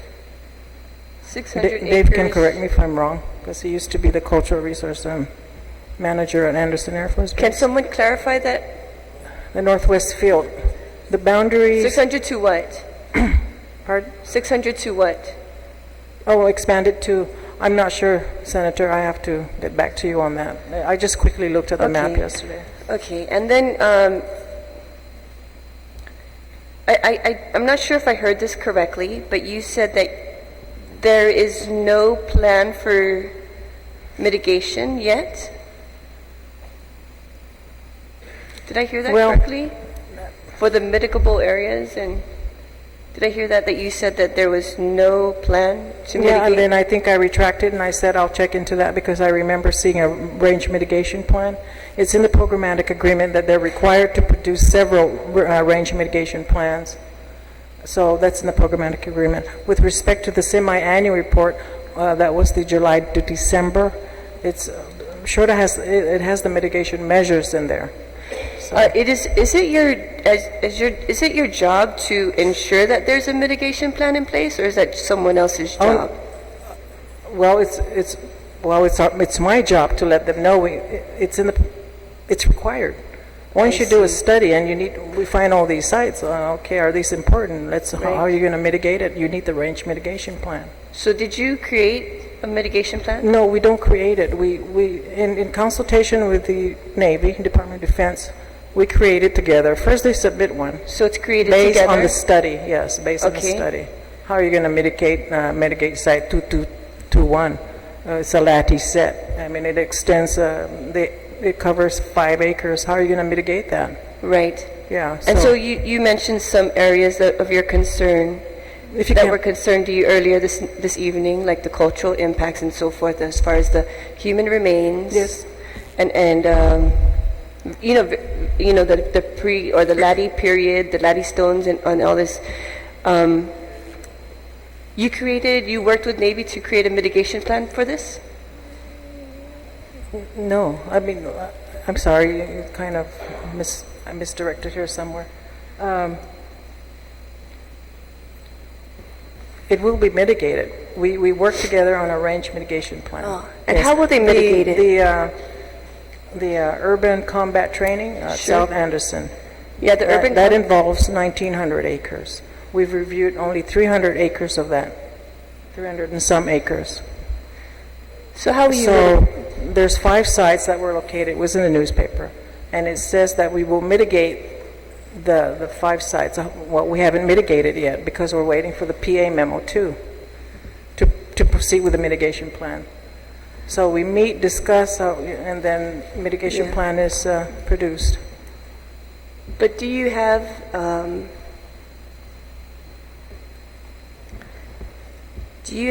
an idea of how you're going to mitigate it? Because you're aware of it, right? Do you have Yes, of course. I mean, so can you share with us what you would propose? Okay. Let's take, for example, a burial. I'm sorry, say again? A burial, skeletal remains, human remains. Okay. Okay, you find something. It's not a complete skeletal remain. It's not a complete individual. If it were, are you going to take it out of the ground, and what are you going to do with it? Are you going, and so forth? Okay, well, you have a plan to mitigate it. You're going to take it out in what respect? Well, you're going to be very careful. You're going to, make sure you have a professional osteologist, physical anthropologist on board. That's the mitigation for that removal of the burial. Are you going to keep it in place? Well, what are the needs of that for that project? But what's more important to me? or to you, is it the barrel or the project itself? Can you avoid it by moving your project 10 feet this way or whatever? I understand that, but Yeah. I'm thinking the direct impacts. But thank you so much for your time, Ms. Uggan. I appreciate it. Okay. Thank you. You're welcome, Senator. Thank you, Madam Chair.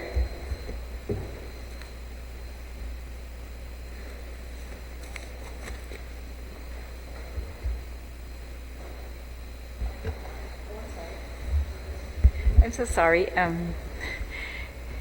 Senator Lee, did you have questions?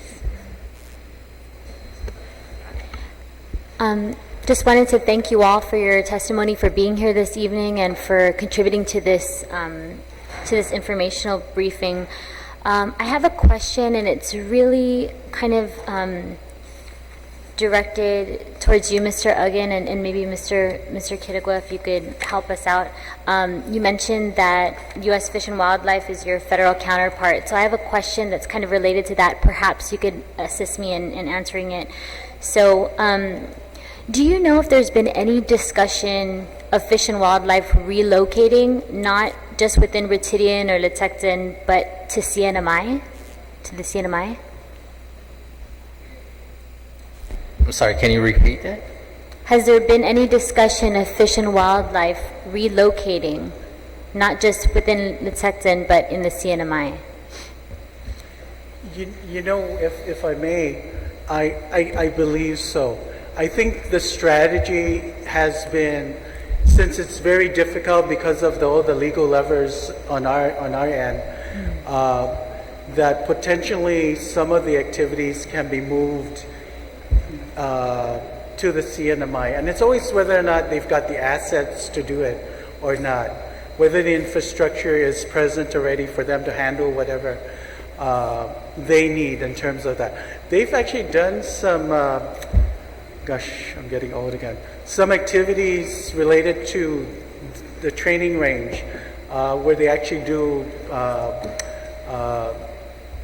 basic maneuvers, bivouacs that are related to their training, et cetera, and so, as you know, the CNMI has a whole list of islands, you know, besides Saipan and Tinian and Rhoda.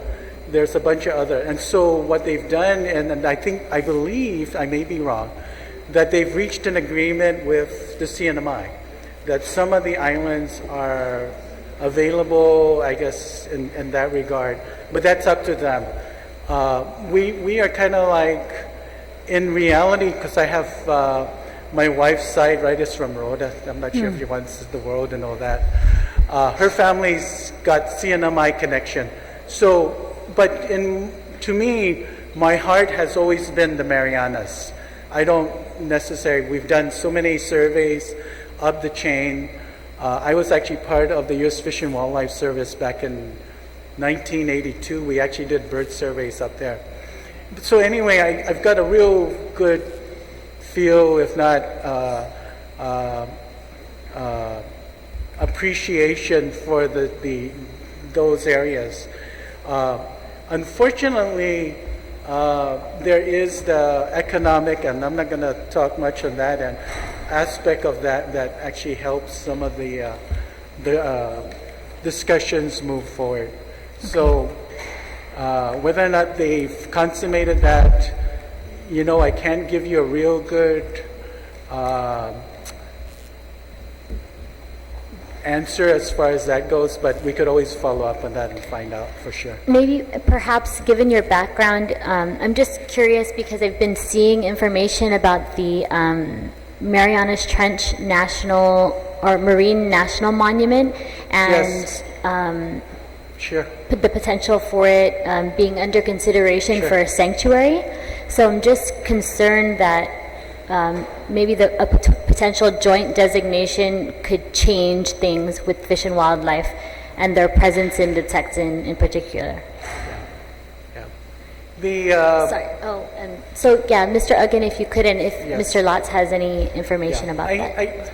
The designation of the trench, you know, certainly will have an impact, and whether or not that is good. Of course,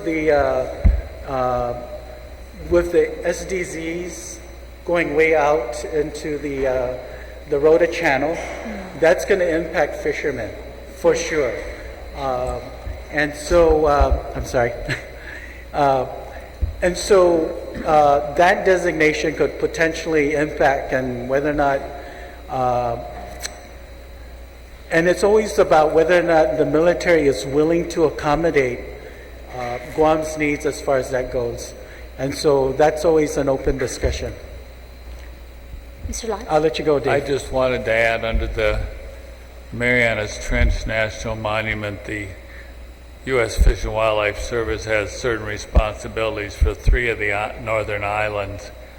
The rest of the monument is submerged, and that's under NOAA. Now, I don't know what arrangements, agreements have been made with the CNMI relative to those 3 islands in the Fish and Wildlife Service, but that relationship was established in the presidential proclamation. Right. Okay, thank you for that. And also, Mr. Uggan, I just want to reiterate some of your testimony where you were talking about the need for us within this grander, broader NEPA process to just be very clear about our action items, be very clear about essential mitigation. And so moving forward, I think all of us really need to be very clear about what it is that's the most important to us. I think when we kind of create a list for them and say these are the things that are completely non-negotiable for us and these are the things that really need to be taken care of, it's important that we're clear about that in our minds as a community and kind of put that down as action items and list them and be clear about what our plan is, because they're going to create a plan on their own, and whether or not they incorporate our comments, that's a whole nother issue. But at least we need to be very clear in each of these different aspects, in cultural preservation, for fish and wildlife, and all of our resources. We just need to be clear about what it is that we value.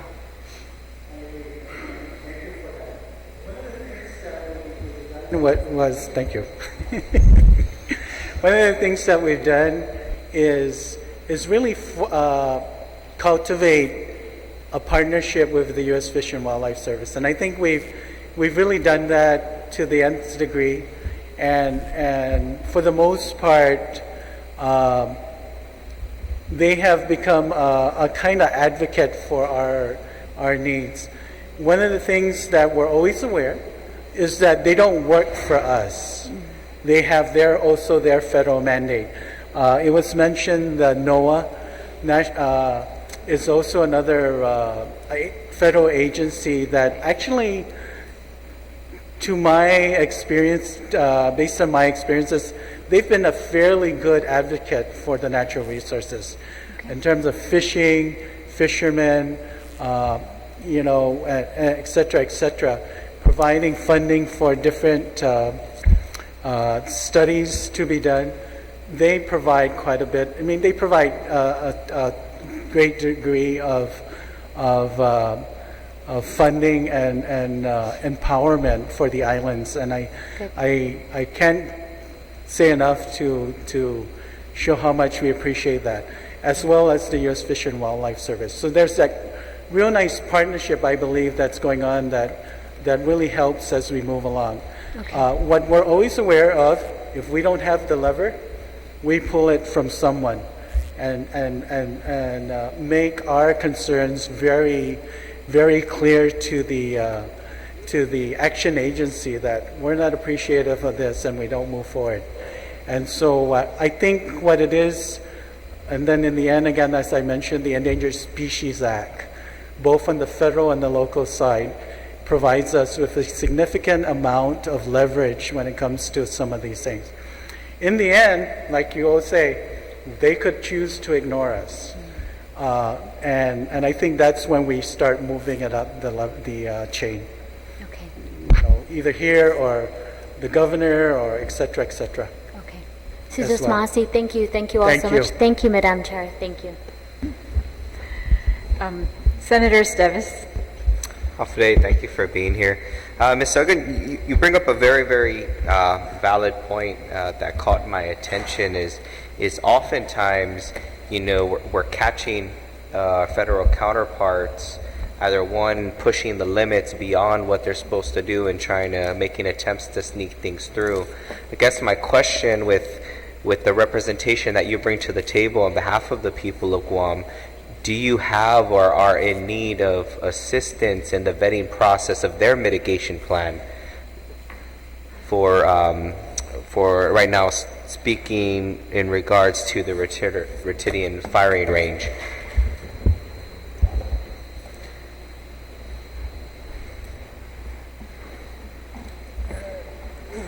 Let me understand the question.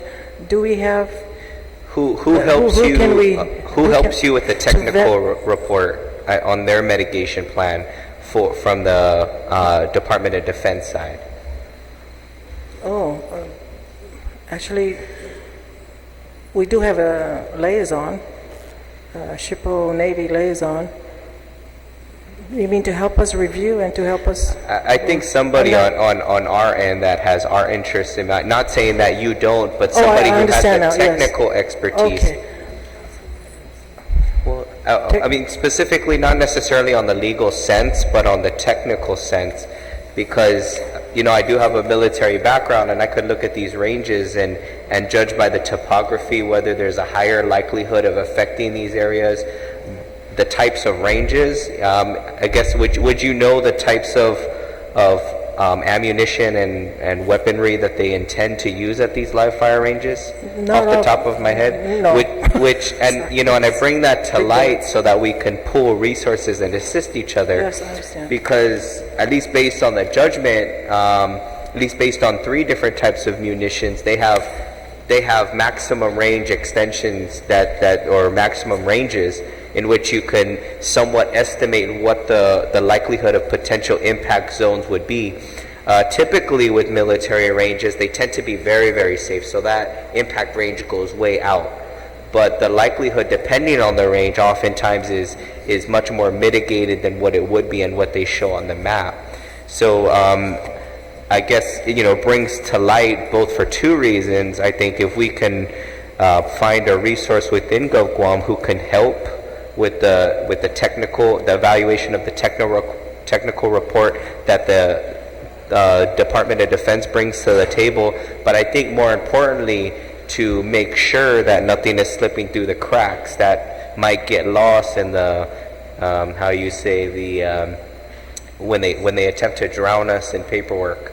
Because I have looked at the EAS reports that came out in 2015 when I first came in, and just binders and binders, and it was nice that they gave me CDs, but Lord, you know, I could spend a whole 2 years doing that. Yeah, so, you know, I understand the position you're in, and really to reaffirm that you're not alone. So I believe there's a lot of technical expertise out there within the government that can assist you, just because, you know, you're right, once we go down this road, oftentimes we're not going to be able to come back. So again, you know, extending my services and whatever I can do, reaching out to you to, you know, please notify us as soon as possible. I think came up as soon as you get the mitigation report from Department of Defense, so that we can either individually or as a consolidated group start really combing through that, because, you know, time is always of the essence. Yes, Senator, with respect to what we do is the technical, we have the technical people to review the reports with respect to preservation of historic sites and properties, cultural resources. I think we're, in regards to the range of the ammunition going this in the berms, I think that's already been discussed during the SCIS. Or the F. And I guess the question is, who provides you that information and pretty much the warm and fuzzy? Is that from the Department of Defense? I think it's already provided. What our archaeologist does is just review it. He's an expert also in ranges and okay, so our archaeologist reviews that, and he verifies the technical, or vets the technical report. It's already been reviewed. Yes, we can rely. We can ask you to help. I mean, if we get anything like that. Okay. In case they redesign or. Well, I mean, no, because like you said, oftentimes just asking them to adjust it 5 meters, 100 feet to the right or left, you know, I mean, it could have really tremendous impacts on what we do.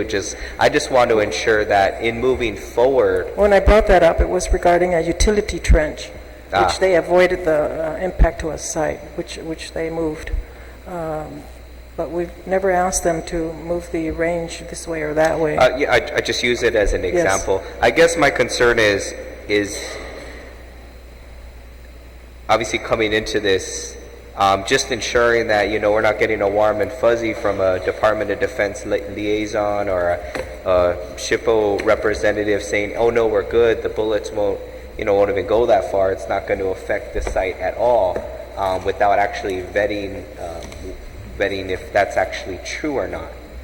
Because we've seen historically that the information provided from DoD isn't most of the time isn't the most accurate or within the best interests of those that it's going to affect. So again, I just want to extend that there are multiple resources within Guam available, I'm sure at your disposal to help assist that and ascertain that it is the truth that they're telling us. Because I would never take anything from the Department of Defense. I always take it with a grain of salt. Thank you. Okay, thank you. Yeah, Senator, if I may, there's such a thing as a GPS. And I think that's what Linda was trying to mention, is that when we are out in the field, staff biologists are supposed to be, you got your pair of binocs,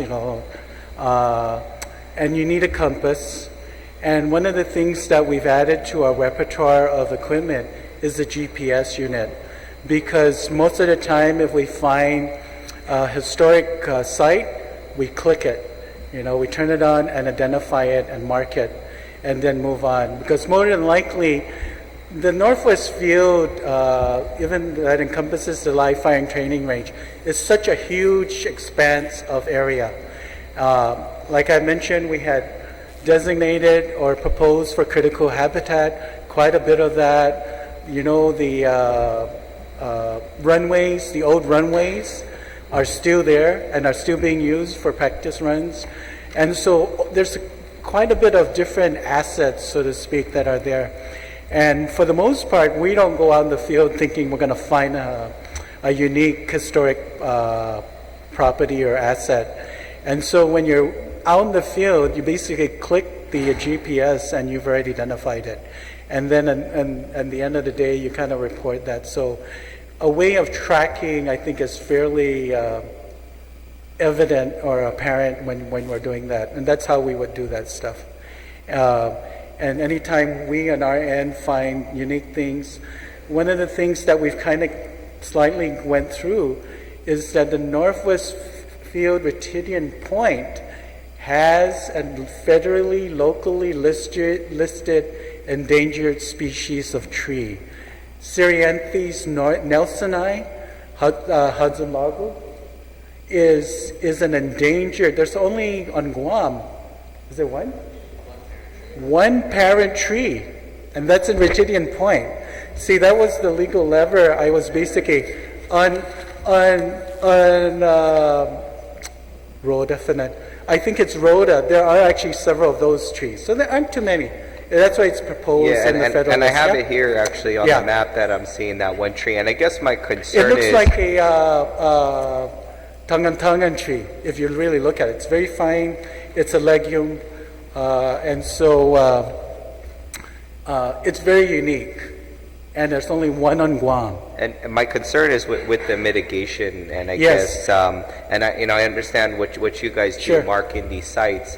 But again, with as far as the mitigation portion on the Department of Defense's side, I think accepting anything other than 0.00001% chance that any of our cultural or historical sites or ecological sites could be negatively affected, I think I wouldn't, well, at least I, from my standpoint, wouldn't accept anything less or greater than that. I agree. Any chance of it. So what I just want to be careful of is them telling us there's not a chance, on this earth that it would be affected without us actually vetting that statement. Two things I think need to go on, and we've done the same. One is you identify the location. Two, we on our end provide a biologist person who is adept at getting around and finding where that is present when that is occurring. When there are key sensitive areas, I think you can't go without having somebody, a whole person, actually being there when any activity is going on. We have had, almost in that situation, made known to them when they do their bivouac training or whatever that may be, right? And told them this has got to be the way it's going to be. You know, these are the only areas. What we do is we send people, our staff out there to just verify, and that's how you would find out whether or not there's any violation of that agreement. And as soon as that happens, guess what? We call long distance to U.S. Fish and Wildlife Service. They get an email. If I, because I think the chairwoman wants to bring another panel on board. And again, just, you know, I want to close with this one point is looking at the map you provided and the overlay, that one tree that, you know, we're talking about, that one tree is within the impact zone, the direct impact zone of a machine gun range. Yes. And that's what I'm saying is, I mean, I looked this up right now. That's a multi-purpose machine gun range. And I guess my concern is, you know, as I talk with our state preservation folks, is there's no technical, I guess, continuity there to even understand that. So in reviewing the technical aspect and what Department of Defense tells us, you know, I'm afraid that it seems like there might be a gap there, because especially to most of us who might understand, or just simply put, that we have that one tree in the direct impact zone of a machine gun range, you know, I think is very, very concerning. So again, vetting, having somebody that can vet that and who has an understanding, or whether we go through multiple vetting systems and levels just to ensure, I think is very important, because my assumption is I would have expected the panel to know what type of range that was, right? So that's either going to be 5.56 or 7.62 caliber machine gun, might even go up to a higher caliber, and which is, you know, if they're happen to be shooting that direction, say bye-bye to that last tree that we have in an instant.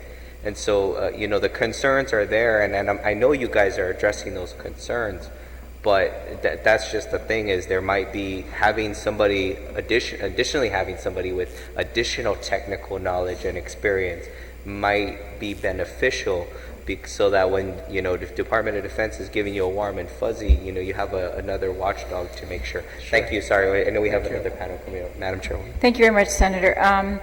Okay, and we don't have that much time left, but I would like, if you could please indulge us by waiting. I think these people might need your attention as well as ours, and since you are our representatives in the government, I'm going to call on Sabina Perez, Kelly Marsh, and Senator Nelson, were you going to testify? Okay. Those are the only ones that had signed up for testimony, although I do have the addresses of all the others that signed up, and we will give you copies of all the information that we have received here. Thank you. Sabina, you may proceed. Am I on? Okay. Yes, so first of all, I want to start off, I'm a member of Patehi Latex and Sabre Titian, and I hope that we're all here today to protect, I hope we can all come together as a community. I hope we can all come together as a community to protect the natural and cultural resources which are going to be impacted by the live fire training range complex. I just want to make some clarification. I've read the 2015 biological opinion, and it has been completed regarding the Cereanthus nelsonii. So as a result, so basically these negotiations take place between U.S. Fish and Wildlife Service and the Department of Defense, the legal team. And what they determined for the Cereanthus nelsonii was that they were going to spare the tree with a 100-foot perimeter around the tree based on root systems, technical literature or scientific literature regarding root systems, and so that's how they came up with a 100-foot perimeter around the tree. So they're going to spare the tree. They're going to put 100-foot, a buffer area around the tree based on root systems. Yet they, despite all the negotiations, they agreed to put a firing range. The largest of the firing ranges next to this very endangered tree. And bear in mind, this is the only reproductive tree on Guam. Part of the negotiations, as far as mitigation is concerned, is that they're going to do a minimum of 30 outplantings of the seedlings that came from this tree, as well as do some viability testing of the seeds, as well as do genetic testing to see if this is a special subtype compared to the ones in Rhoda. I would like to also add that there was a recovery plan created in 1994 regarding the Cereanthus nelsonii, and it stated specifically that the habitat must be protected for the recovery of the species.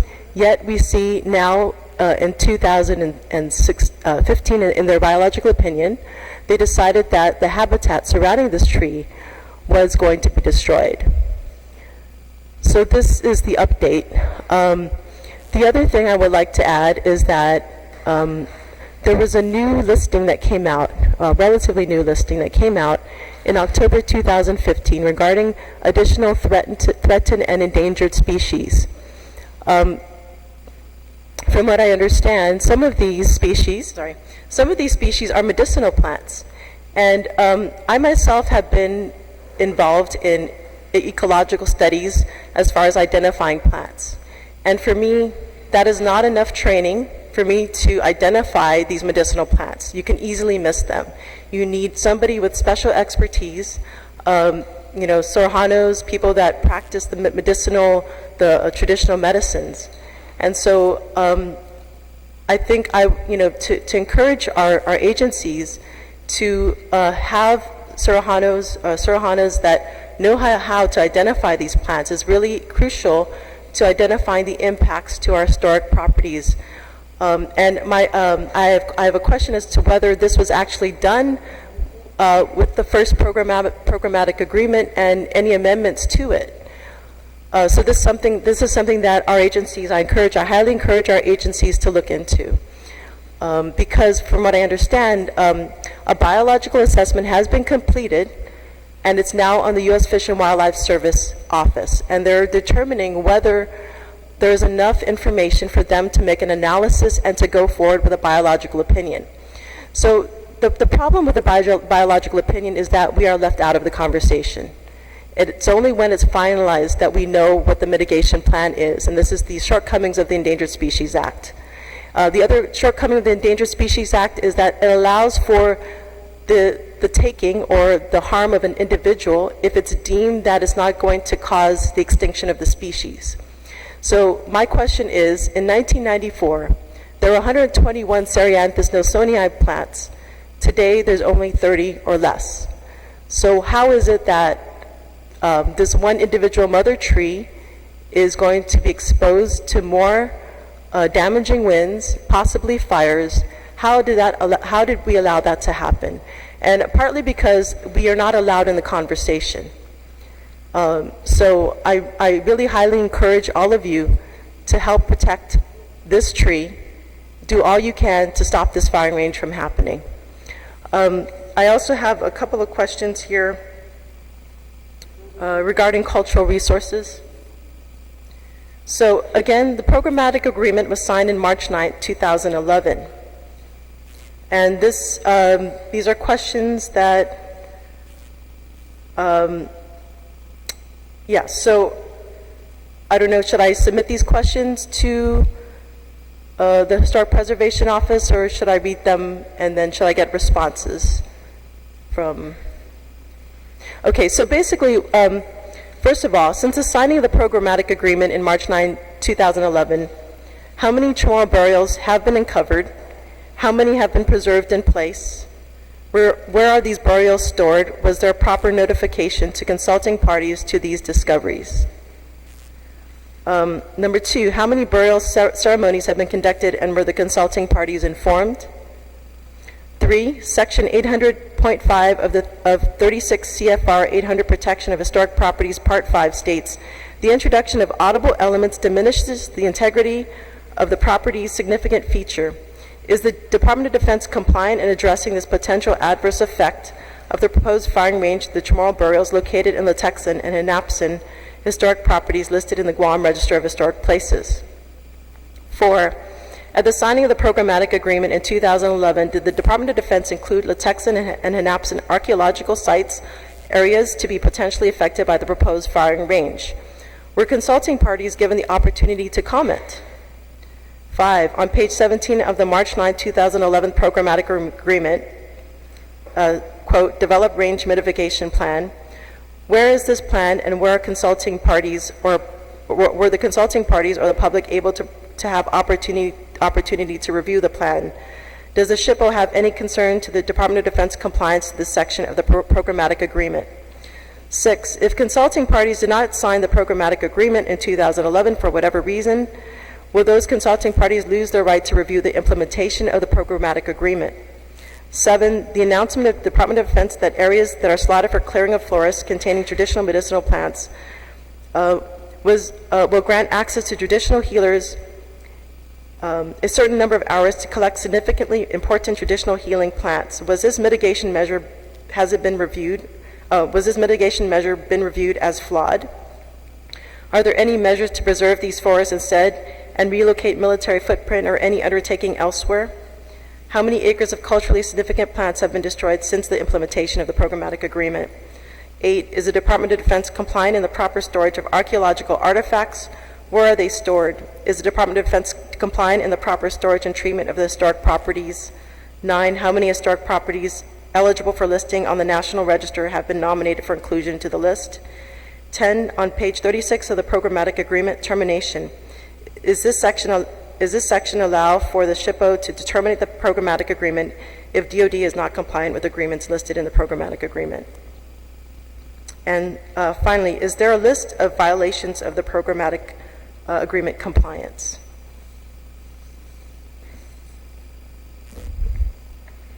I think so. I would submit this to as record. Thank you very much. I will transcribe those and also forward them to the SHPO. And Linda, if we could get some answers for some of these questions, that would help us, I think. And I appreciate your cooperation on that. All right. And, you have more? Please proceed. I think that's it for now. Thanks. Thank you very much. And I think some of those questions were, should they go to Department of Agriculture also, or? Yes. Okay, all right. Same? Thank you.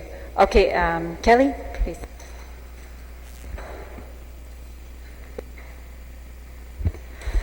Hafide, Dr. Kelly Marsh Taitanotu. I have some written statements here, so I'll read from there.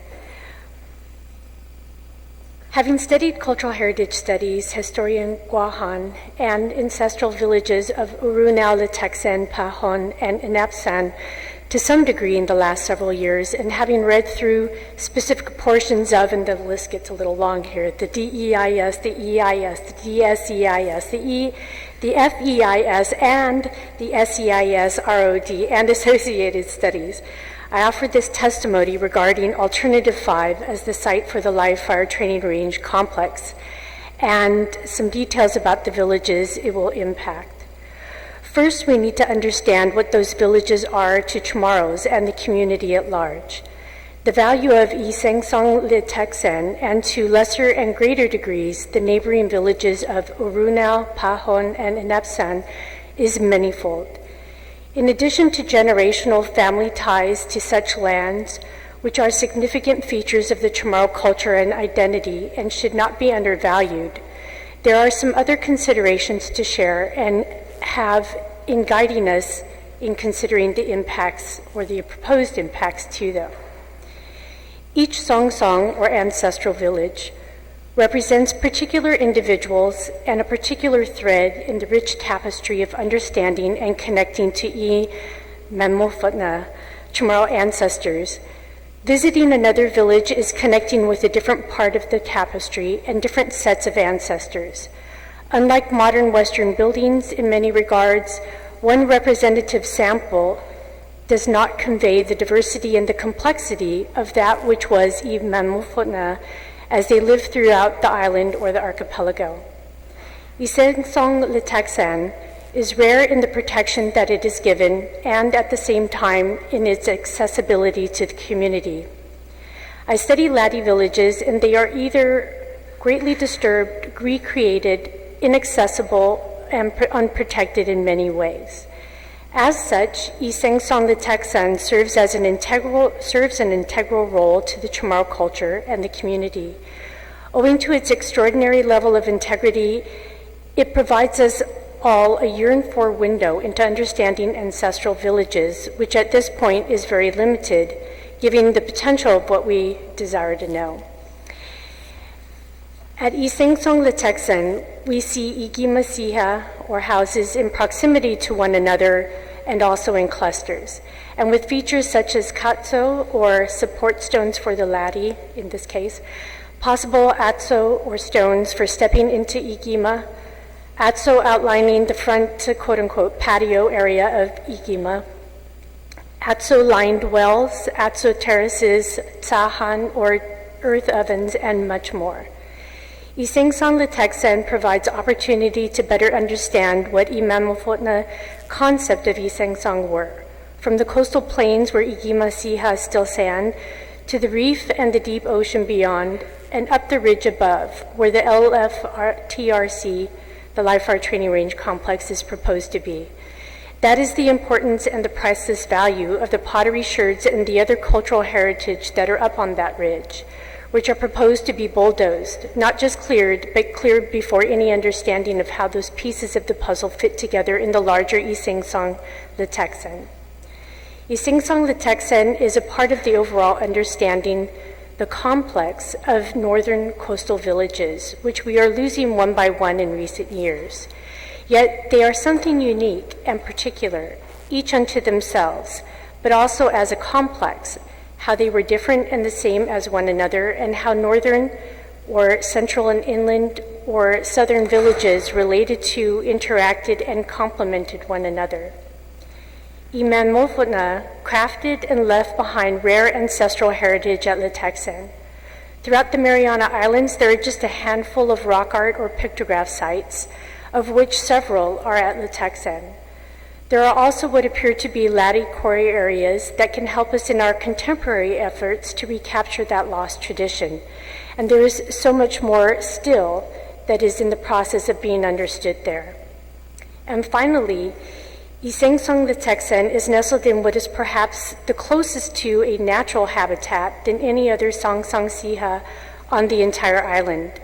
Experiencing ancestral villages is multisensory. They looked, sounded, smelled, and felt different. Liteksan is perhaps the closest one we have available that allows us to see, hear, smell, and feel those differences.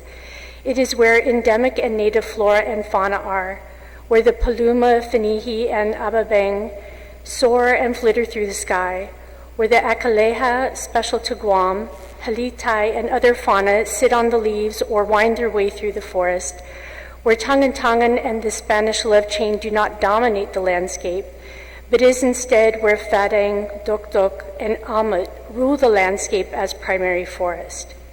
Given the cultural significance of Arunau, Liteksan, Pahon, and Inapsan to Chamorros and us all, there are questions regarding the material in the final SEIS and the SEIS ROD.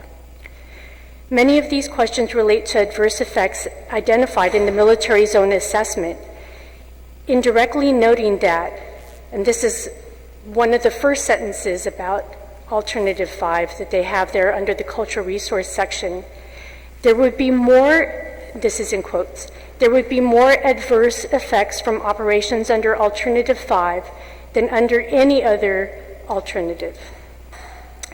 That's in Section 3 on page 393.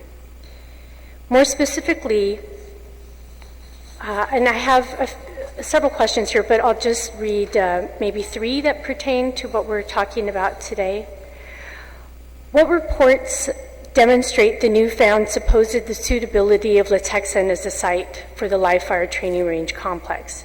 These new findings now refute all the previous findings that determined Letexen as not a reasonable alternative to such a high degree of adverse impact that the study of Letexen's feasibility was specifically terminated prior to full examination. And this is in Appendix E of the SEIS. They have 2 reports there, and in both reports they threw out Letexen because they said it was too damaging.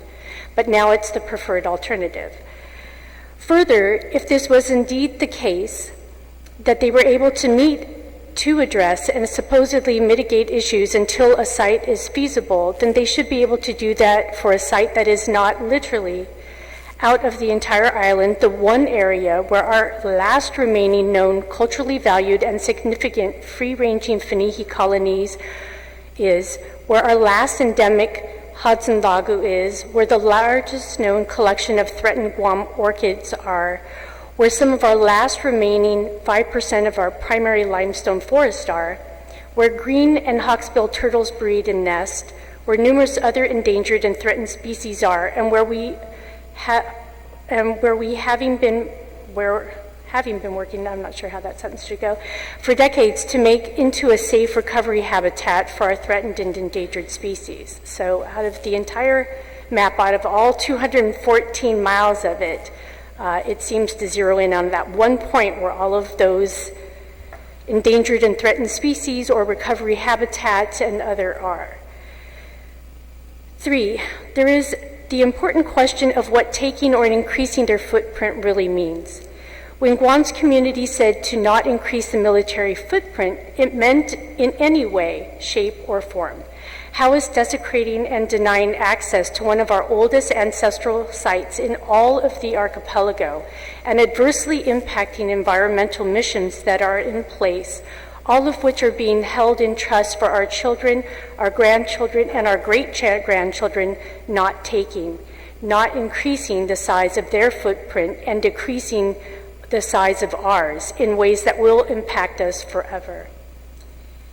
And the last question that I'll read, although I'll leave this as for the record, is, and finally, how can federal authorities say that their assessment is correct when the SEIS mischaracterizes culturally significant resources as recreational, such as pictographs and traditional fishing grounds, and therefore concludes that the adverse impact to the loss of those is not significant or it is mitigable by hiking or fishing somewhere else on the island? That line of reasoning, that assessment, is completely inaccurate for ongoing traditional cultural practices and visitation of ancestral sites. So, sinceramente, I'm finished. Thank you very much, Dr. Marsh Taitano. I appreciate that. I know that we have, well, I appreciate the points you made because they were not made by the panel earlier, the real significance of this area compared to all other sites. And I know we put up a big fight when it came to Pauget, and we're not hearing that much regarding this one, so I appreciate that. Jesse Castro? Jesse Castro also signed up to testify, and Senator Cristobal, would you like to testify? Okay, Jesse, please have a seat. And is Joe Garrido? Okay, and I think then, yeah, thank you. Thank you, Madam Chair, and thank you, Senators, for hanging out with us this evening. As you have heard, we just have a tremendous amount of we have a tremendous amount to lose in continuing with this plan by the military just because they cannot share training, live fire training ranges. You know, you have the Air Force and the Marines, and they just refuse to come together. So we're going to suffer the consequences of their decision. What I like to point out is at the outset of the the SEIS, the FEIS, and all the NEPA processes was that the military, the Department of Defense,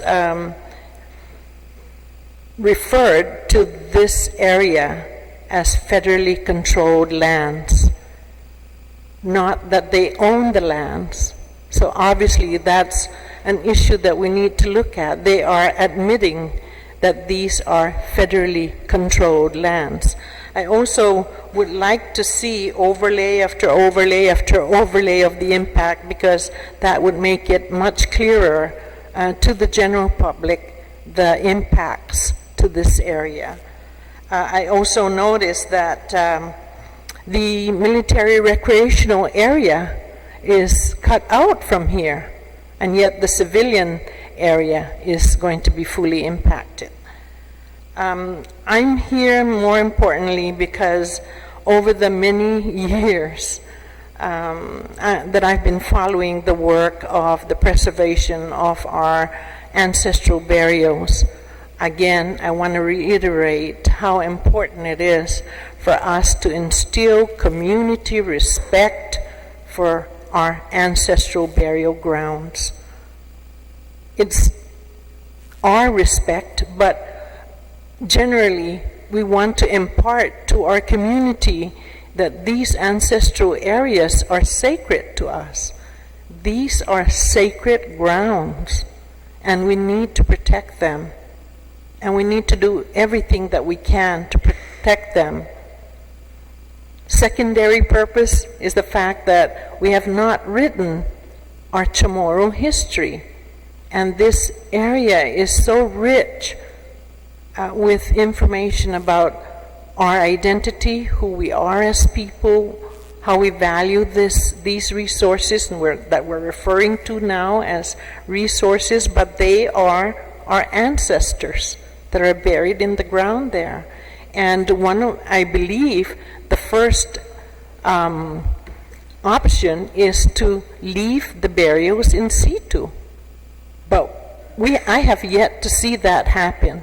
I have yet to see that recommendation. And I think we need to begin to start with the highest standard of preservation. We're just allowing digging up, and I know that we try to downplay this by saying, oh, it's a piece of finger, or it's just a piece of a human being. The fact remains that these are human remains of our ancestors, and we need to respect that. And so I'm here again to plead with everyone. I really appreciate the fact that everyone within the Gov Guam that is concerned with this came forward. As a member of the public, I feel like I've been lost among all the studies that are going on. As a consulting party, I don't remember ever receiving public notice. And there, to me, seems like there has been little, if no transparency in the plans that have moved forward. You know, just up north, I'm also concerned about our farmers up there and how this live fire training range will impact the quality of our produce. If we're really trying to encourage a third leg of our economy, which is to improve and raise our agricultural production, this should be a major concern, because most of these areas that will be impacted by the dust of a new suburbia that will be built at NCS. The dust there is a real concern regarding the quality of the produce that we produce as northern farmers. And I'll leave it at that, but thank you very much for having this informational hearing. A lot of this stuff I'm hearing for the first time as a member of the public and as a member of as a consulting party. Sidusmasi. Sidusmasi. Jesse?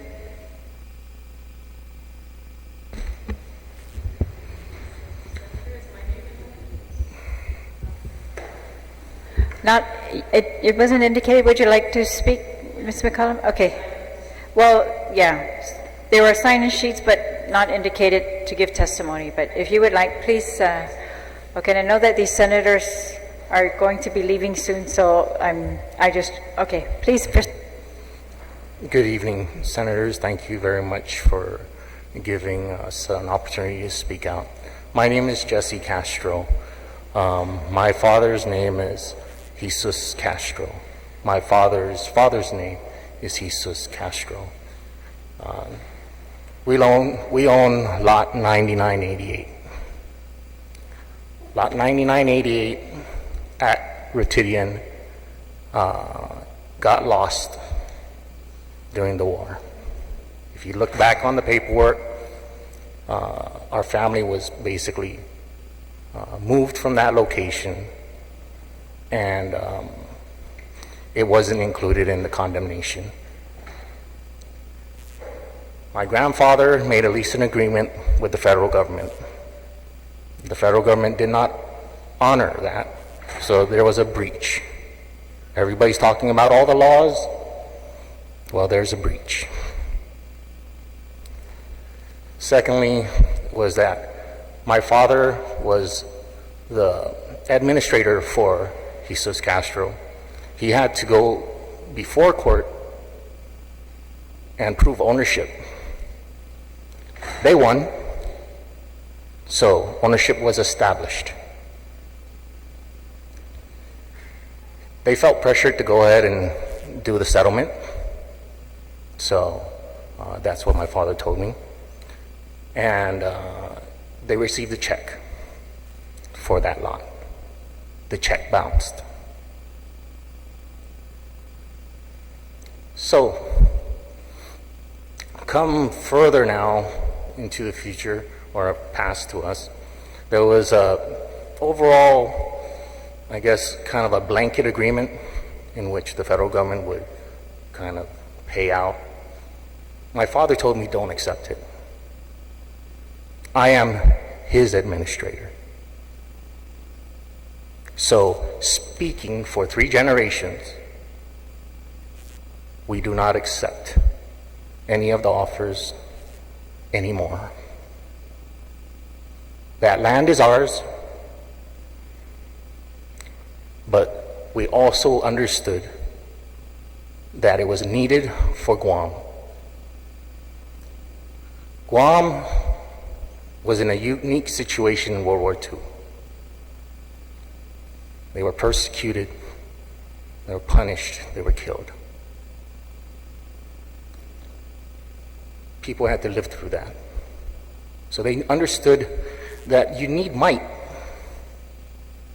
to defend what you value. So they stood back for the people of Guam, said, okay, that's the resources that was being utilized by the family to sustain us. Not for one generation, not for recent things with fish and wildlife, but for many more. The Department of Defense had a unique situation where they were going to return their property. We brought this to their attention, fish and wildlife. We brought it to your attention, and we keep bringing it to your attention, that you have a bad situation with Retidian. It is not owned by the federal government. It's still owned by some people. So we still exercise and we still voice it. That is our property. We're willing to share. We've always said that. We've always done that. We understand the importance of our community. We understand the importance of our heritage. We want to come to an agreement that we own that property, and we will renegotiate a lease with whoever is going to be a good steward. Thank you very much. Thank you very much, Mr. Castro. Ms. McCollum?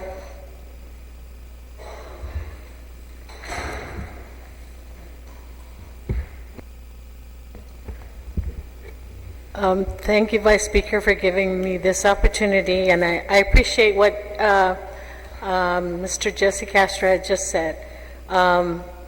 Yes, I agree totally, not totally, but I agree with him. We want our lands back. At least with the Retidian families, we've been at this fight for a very long time. It even got stronger when I found out my grandparents were removed from their land in Retidian by gunpoint.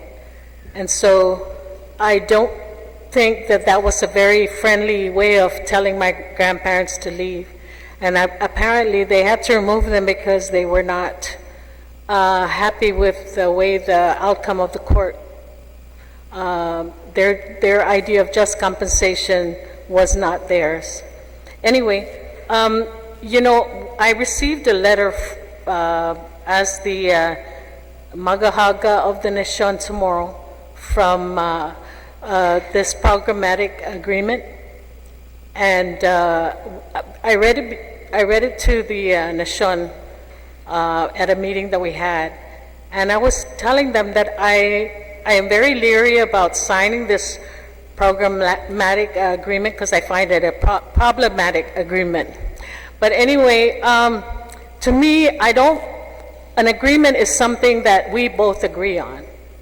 And the Nation tomorrow will stand by that we do not agree with what's happening to our island. We do not agree with the military buildup. We do not agree with our lands to be used as firing range, no matter where it's going to be.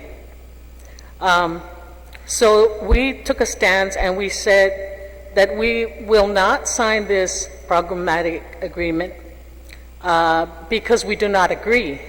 But we do want to be informed for everything that happens, everything that is discussed. We'd like to be at that meeting, regardless whether we sign it or not. I think it is the responsibility of whatever government wants to call us that they're our bosses. I think the people of Guam should be told of what's happening to our island. They took our lands unconstitutionally, and so we want to stress that fact that it was taken unconstitutionally. This whole idea of everything that we do is unconstitutional. But I want to throw it back at them that everything that they've done to us has been unconstitutional. And so I also wanted to stress that in this programmatic agreement, I believe Ancestral Lands Commission should be involved in this, because there's two things that I remember when I was a commissioner of the Ancestral Lands Commission. That area that you were saying that is going to be used as a target range in Andersen South was slated to be given back to the Ancestral Lands Commission, and it was supposed to go back to the original landowners. We took a tour, the commissioners took a tour up to that area because it was one of the returned properties, or so I thought. And now, this area at Ritidian, where you see here on the submerged lands, it is an Ancestral Lands Commission property. It doesn't belong to Fish and Wildlife. It doesn't belong to any federal. I have a document that I had given to the last legislative body to review because it was signed from GSA to Governor Gutierrez, and it was deeded over to the government of Guam. So it's in the coffers of the Ancestral Lands Commission, and I believe that they should be very much involved with this talk that's going on that involves our island, because there's a lot of these things that is happening on government returned properties. And you know that the thing is, once it's returned to the government, it's supposed to be returned to the original landowners. So that may be at submerged property, but that belongs to the Ancestral Lands Commission at this time, until such time it's returned to the to the original landowners. And then there was something else that I wanted to find out what was that public law that said that once an agency is transferred to another federal agency and they're going to remove them from it, and comes back to the government of Guam, 103.